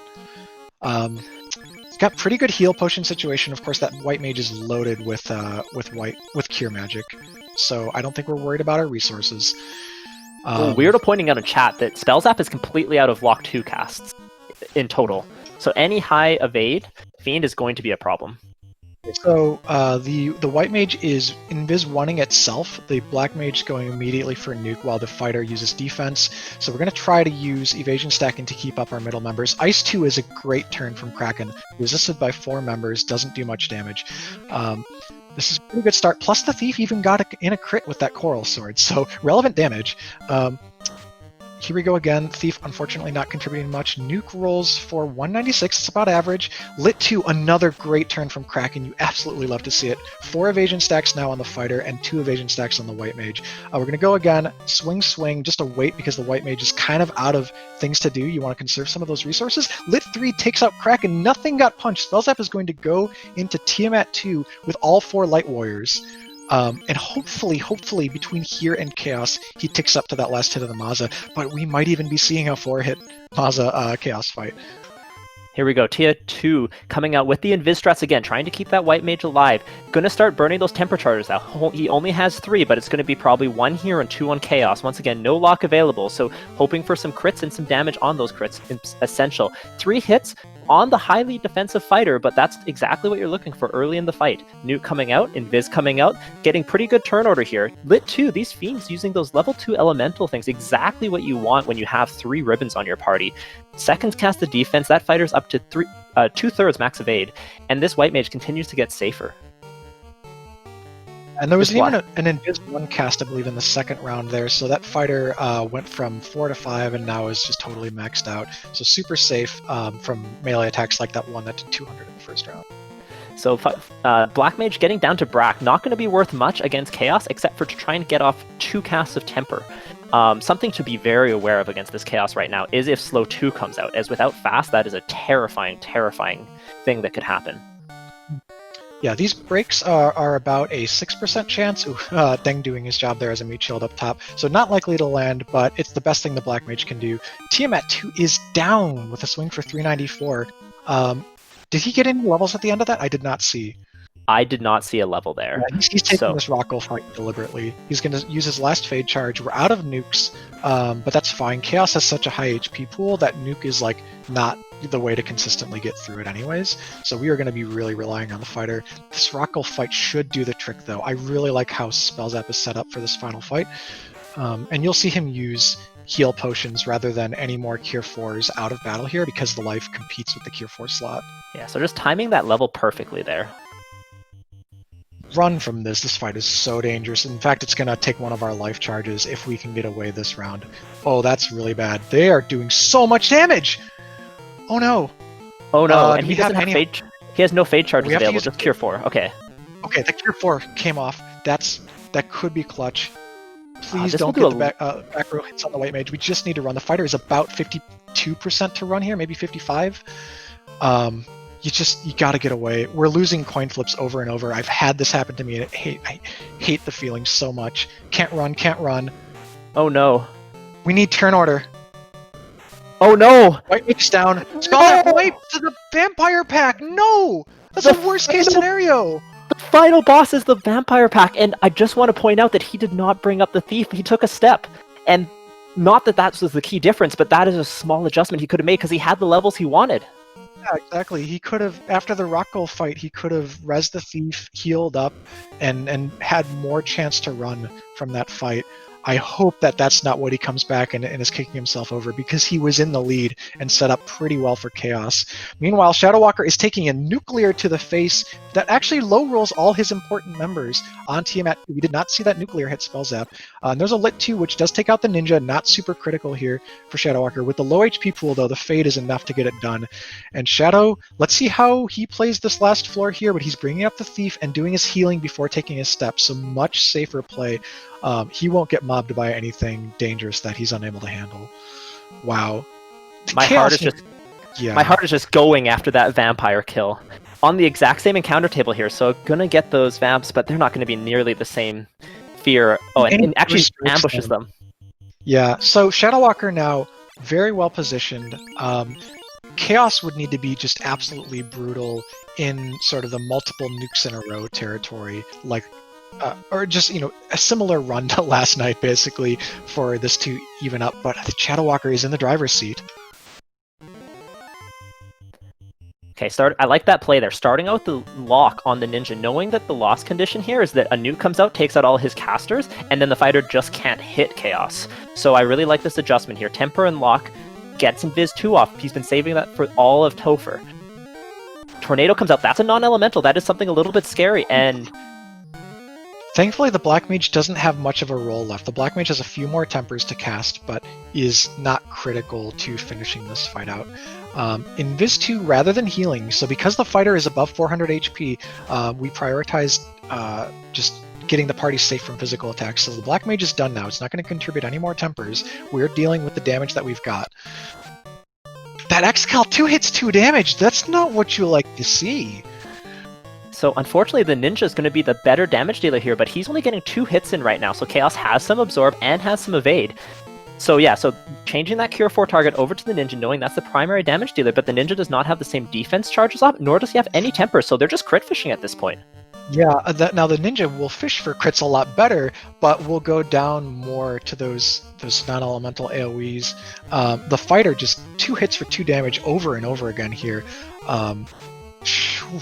This Chaos could be the type of thing that Spellzapp needs to catch back up, because he is on carry 2 refight already and in fact past it. This is something that just really goes to show where X-Cal kind of suffers. So X-Cal preys on weaknesses, but Chaos has none. And the lower hits, the lower crit rate, really gonna, cost him a little bit here. But right now, Chaos only has that one non-elemental swirl. With all these Invis charges up, physical damage not gonna be an issue. What we're looking for is if there's anything else scary in his script and spells. Because yes, this is slow, but it's still going through, and Spellzapp's still 2 fiends away. We're getting about 1 to 200 total damage around, depending on how much we crit. We're maxed out pretty much on Evade. Damage Poison isn't what we're scared of, so if that comes back around in the skill list, you're not worried. So really, it's about Chaos's HP pool.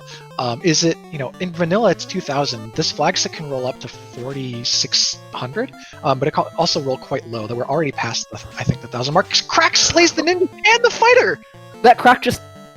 was that 3 and 256? Holy smokes! Wait, he's double checking his gear. I'm pretty sure he had a ribbon on the fighter, but I'm not positive. I don't know if he ever moved it from his 2 mages. He only has he has 2 ribbons. Yeah. Oh, but maybe he didn't move it because he had the virtual shield on the. He had like the pseudo ribbon. You had Dragon Armor Aegis Shield on the fighter, so he might not have been thinking that hard about it. That is a thing that even top-level runners will often do, is go into Chaos without moving a ribbon if they otherwise felt pretty secure. So Spellzapp retakes the lead, is against Kraken, and Kraken just punched out his useless Thief, so he's actually doing great right now. This Kraken had a low HP pool and is probably dead this round. It is. Oh my gosh. Oh, what an ending to this race so far. This has just been back and forth, the tale of 2 different seeds, the tale of 2 different parties, and ultimately the tale of 2 different Tophers so far. We will have to see what Spellzapp sees. both runners might have made a small mechanical play that under the high pressure of this kind of tournament setting, do or die to move on, maybe cost them, right? Spellzapp moved without healing, without rezzing after that encounter, and ShadowWalker might have not put a ribbon on his most important character before that Chaos fight, and both runners then could have a mistake that they regret. But meanwhile, Spellzapp back in the driver's seat. He's probably going to finish off Tier 2 this round. With low HP pool, that's it. He's just got between here. Oh, he's not healing. How are his levels this time, though? Did he get some extras on the way, or does he not care anymore? I don't think he ground on the way up, and I think the reason is because the first few fiends were not that scary, and he just anticipates that he can get through Chaos. Okay. Well, we know that Chaos is highly evasive and has high absorb, so we know that we want the extra hit there. If he power cycles on the same encounter table here and he knows he needs to heal before he takes any more steps into those vampires, he doesn't! He leaves the thief down, but he's got his black mage up. The black mage is going to hope to get a lit 3 off that takes care of these vampires. The whiz vampire is already down. This is practically a boss fight, so you have to call it. But the lit 3 doesn't go off, harm 3 instead. That high rolls a couple of the vampires. They have low HP, takes out 3 of them. Okay, we're safe. And this is probably going to pile up enough experience on the fighter to get us over the hump. Whoa, this is unnecessarily dramatic. He's actually only 21. He didn't take the fights at all. Oh my goodness. Okay, so Spellzapp onto Chaos has 2 ribbons. There is a tornado, but we didn't see anything else that scary. There was a Quad X, which isn't going to do much, and there was a crack. But he is tanky. We don't know what his health pool is, but he does have a bunch of HP at the very least. Or sorry, a bunch of absorb and evade. His black mage, though, because he didn't grind, has the lock 2 charges available this time, and with Masa with that slightly higher crit rate than the Xcal and lock, going to be able to do a little bit more against this Chaos. Okay, so let's talk about the strategy here, because Spellzapp, he wasn't able to res the thief. We are out of life charges, out of cure 4 charges. We don't get that single big burst healing to save us if there's a nuke in the spell list. The white mage is up top and just casting invis, because that's the most important thing that it can do, and I think that was actually the last charge. The black mage has 2 tempers to cast. That's the most important things for it, and possibly lock if it still has charges available.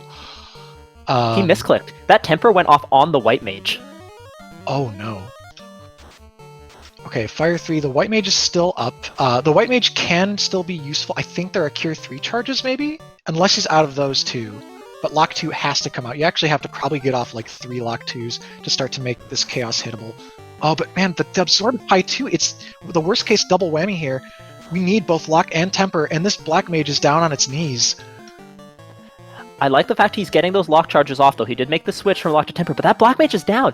This is going to be a mad mode fighter. Now, on the bright side, Chaos doesn't seem to do much. He has Crack, which isn't going to hit this ribboned up fighter. He has Fire, 3 elemental spells, can't hit physically. So this is just going to be the fighter just pressing A and trying to win.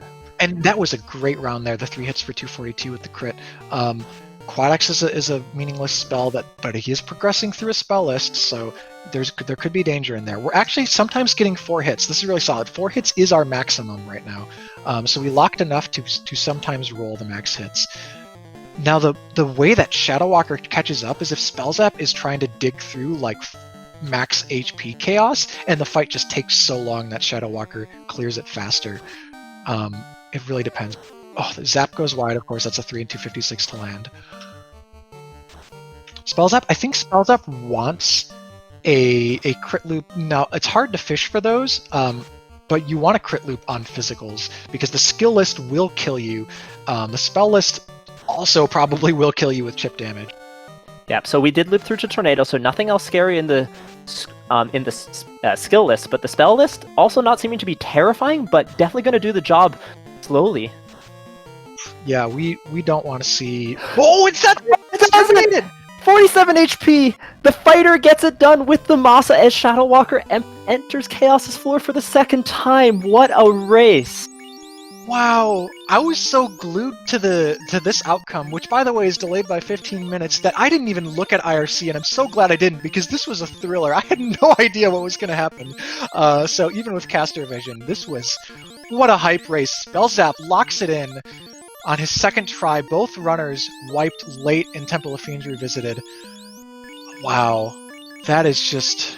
I mean, there's luck and there's skill, but there's also just the mettle, right, of the runners that was tested to get through here. And Unfortunately, ShadowWalker, who made it to the finals of last year's tournament, will not advance. Spellzapp will move on to the final four, and he will be set up to face Thunderclawed on his side of the bracket next week. But meanwhile, ShadowWalker is on the Chaos fight again.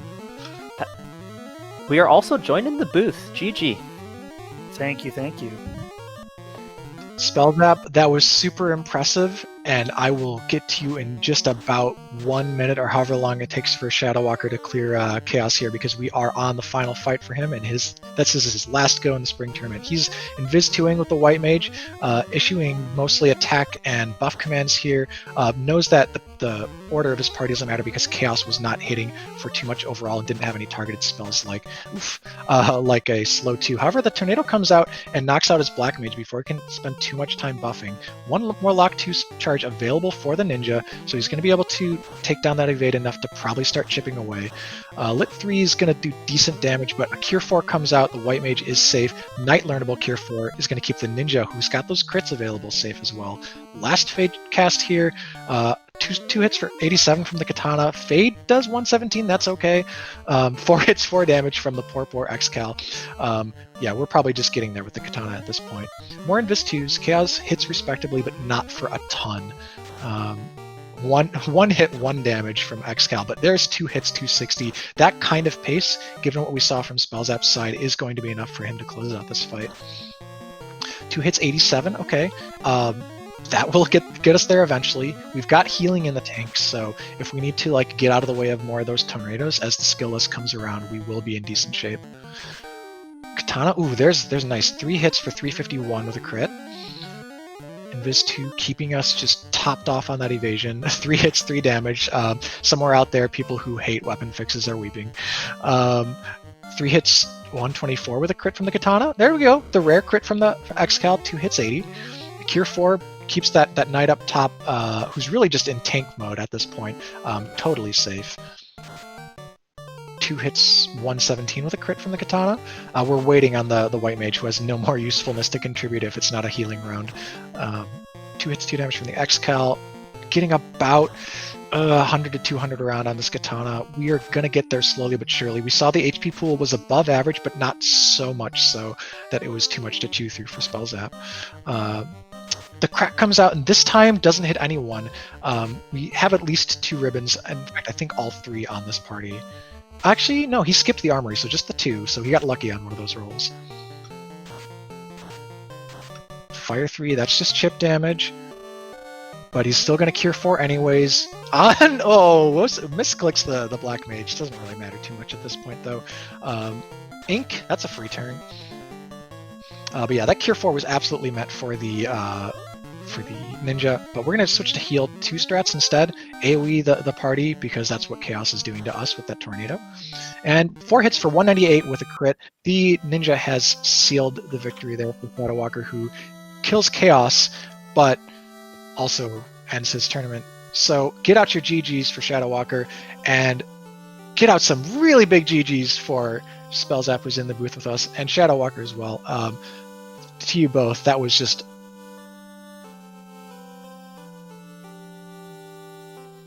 GG Spellzapp. GG Shadow. So why don't we start at the end here? So both of you took a wipe in Topher. How were you feeling after that? Were you thinking, oh goodness, that's it, or was it anything different?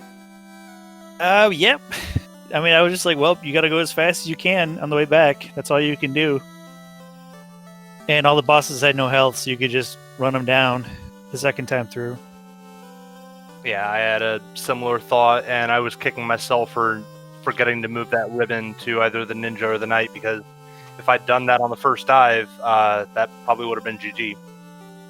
Yeah, that brings us to a point. There was a decision that each of you could have made that would have possibly secured your first dives, respectively. You just mentioned that ribbon, ShadowWalker. Spellzapp, you took the encounter on the rock goals, but then you did not heal or revive any characters before stepping, and unfortunately wiped to the vampire pack. Yeah, I should have brought back the Thief, but I think I was kind of low on lives, heals, or whatever. Mm-hmm.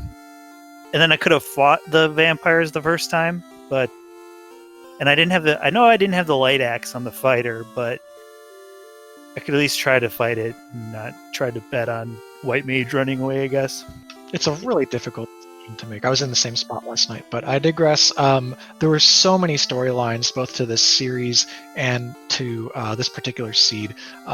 Let's just start with the linear early game. Each of you were just set on a path to grind for a key. Oh yeah, that was.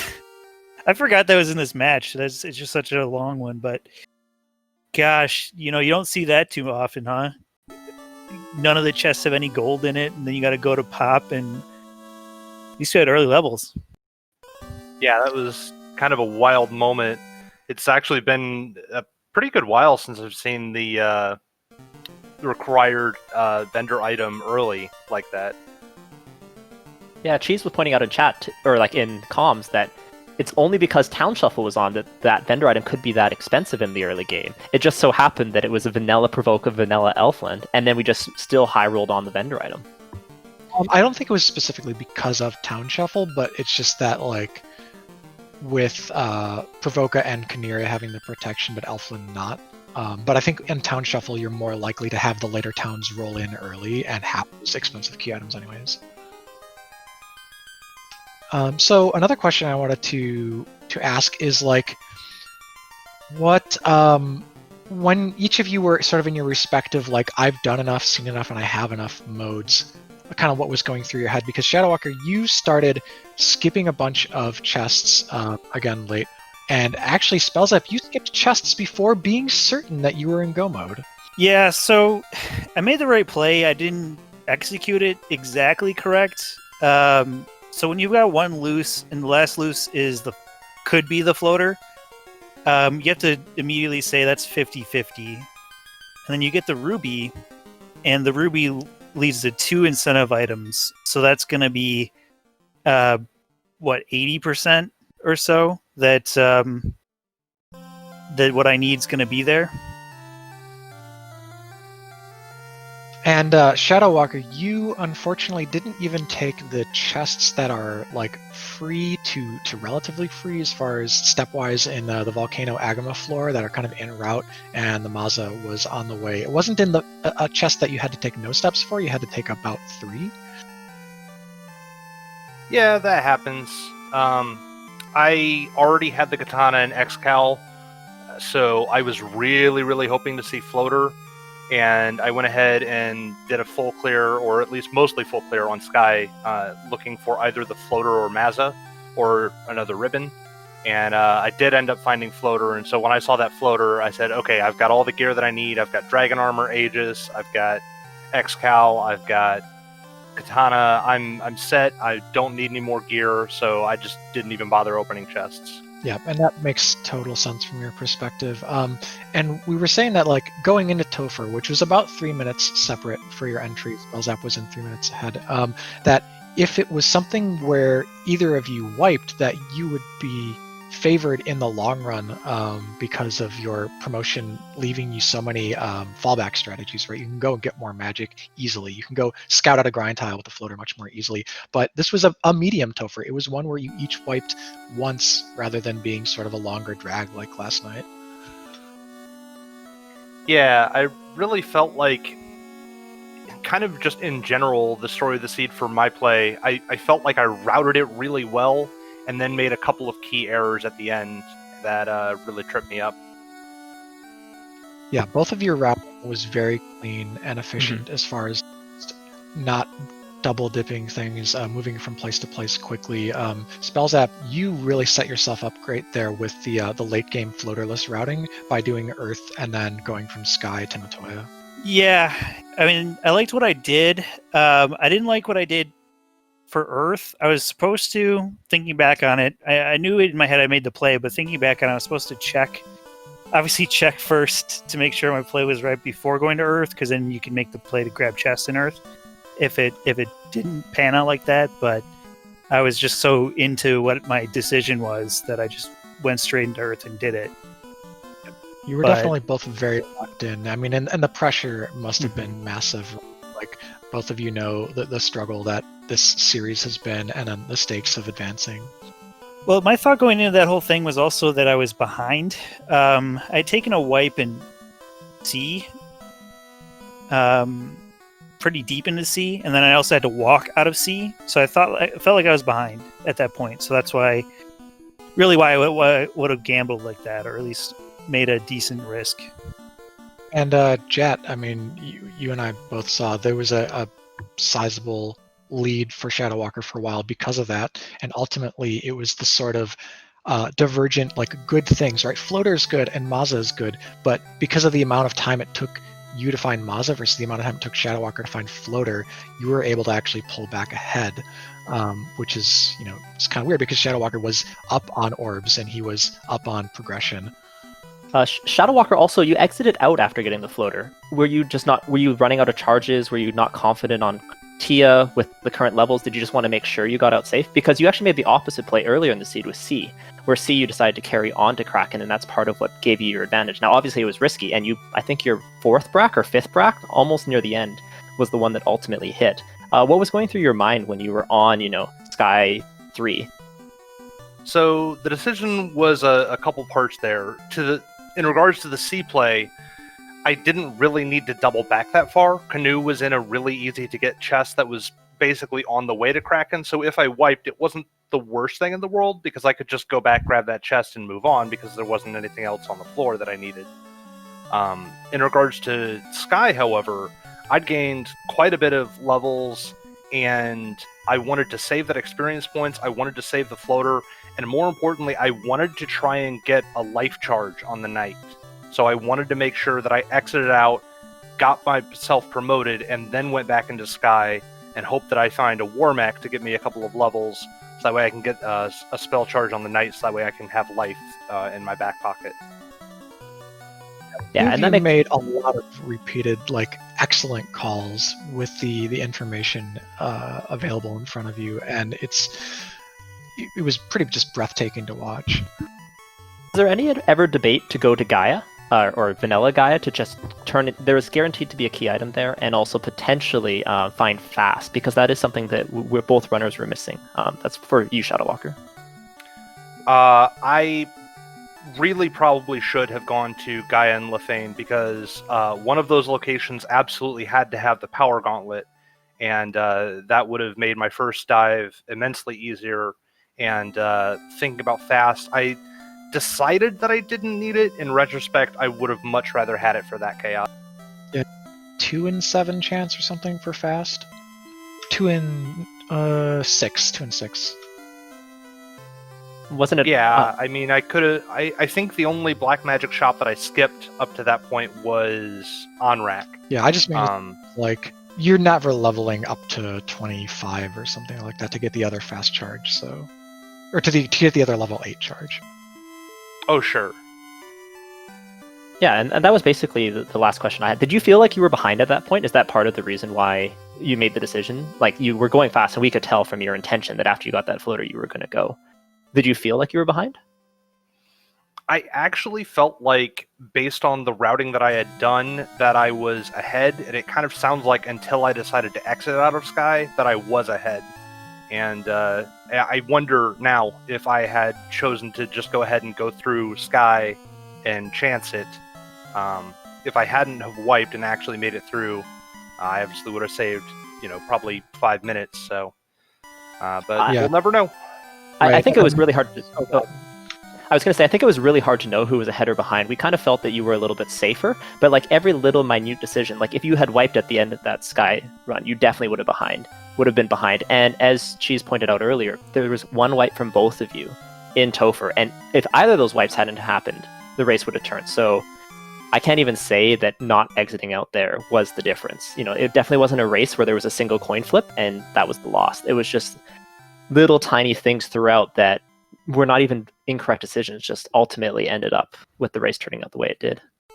And there's kind of a butterfly effect where okay, so you go through, you finish Sky, you get a few more levels, pre-promotion, you have a few less charges of something like Lock 2 or Cure 4 or whatever when you do finally do Temple of Fiends Revisited, and maybe that means that your dive has less chance of being successful. Yeah, absolutely. Yeah, you really never can know those things. So Spellzapp, let's turn it back to you as our winner. you got through a stressful slog of a series that you turned around from being down a game, so big congrats on that. And your opponent next week is Thunderclad. Any feelings going into that match? Yeah, I mean, Thunder is he's a great opponent. I don't know what he's going to come up with for the draft. It looks like he's very there's high variance in the drafts. So I kind of came into this one knowing exactly what we're going to play. So I'm not going to really know exactly what we're going to play next week, and that's probably the biggest thing to look forward to. If this series is any indication, if you get a white mage, then you are victorious. If you do not get a white mage, you lost both your games against ShadowWalker. So maybe a little head game to get into Thunder's head there. It does. I mean, I don't know how much it mattered, but clearly, you're both veterans. It's not like either of you can or can't handle a particular class, but I think you have frequently shown really high caliber play with how to use a white mage Spellzapp. Yeah, no, that was more of just a circumstantial evidence. Thunder pointing out in chat that he also enjoys his white mages. And maybe back to you, ShadowWalker. So, as you exit this tournament, fantastic showings both last year's tournament and this year's. Any kind of final words, anything you want to wrap up with, your thoughts on the tournament, your thoughts on the series? It was mostly fun. I enjoyed the tournament. I feel like outside of our game 2, I pretty much enjoyed all of all of the races that I did. I'm a little sad that I won't get my rematch with CC, but there's always next year. There's still a lot to be decided on that side of the bracket yet, though. So no guarantees that it'll be CC. I just want to point that out. No, I'm just teasing. Yep, looking forward to Spellzapp versus CC in the finals. All right, this has been just an absolute blast to broadcast here. It was a long race, of course, and I'm sure a lot of people want to get on to whether it's dinner or something of that sort, or even watch another Final Fantasy Randomizer race. So let's wrap up. Do either of you have any final things to say? This will be on the VOD on YouTube forever, so speak now. Just once again, GG Spellzapp. You've been a great opponent. Finally broke the curse of straight losses to Shadow, so I'm sure that has to feel pretty good, and I look forward to our next match whenever that is. Hey, absolutely. I'll race you anytime. So I got to get that record up to winning. So, but you're a fantastic competitor, so I always like racing you. Thanks, man. You too. All right, with that, big thanks to our crew here tonight. We had DVS and Danny on tracking, Speed Gaming, of course, the family of networks, continuing to help us with all our restreams and getting all these broadcasts to you. I do want you to go over and check out, I believe it's on Randomania? Randomania 1. Yes, Randomania 1 is where you can go find more FFR action tonight. And yeah, I've really enjoyed this. Thank you for tuning in. I'm Cheesenator. Jet, you want to take us out? Absolutely, yeah. So thanks again for joining us. Yeah, please tune over to Randomania 1. All the Speed Gaming family of networks also having some fantastic things going on, but we have game 1 between Crab Cakes and Zenobian, one of our other round of 8. Turn in there. That's going to be a fantastic series, and we hope to check you out there. So once again, I've been Jat. Thanks again to our trackers. Thanks again to the networks, and to everyone else. Have a fantastic night.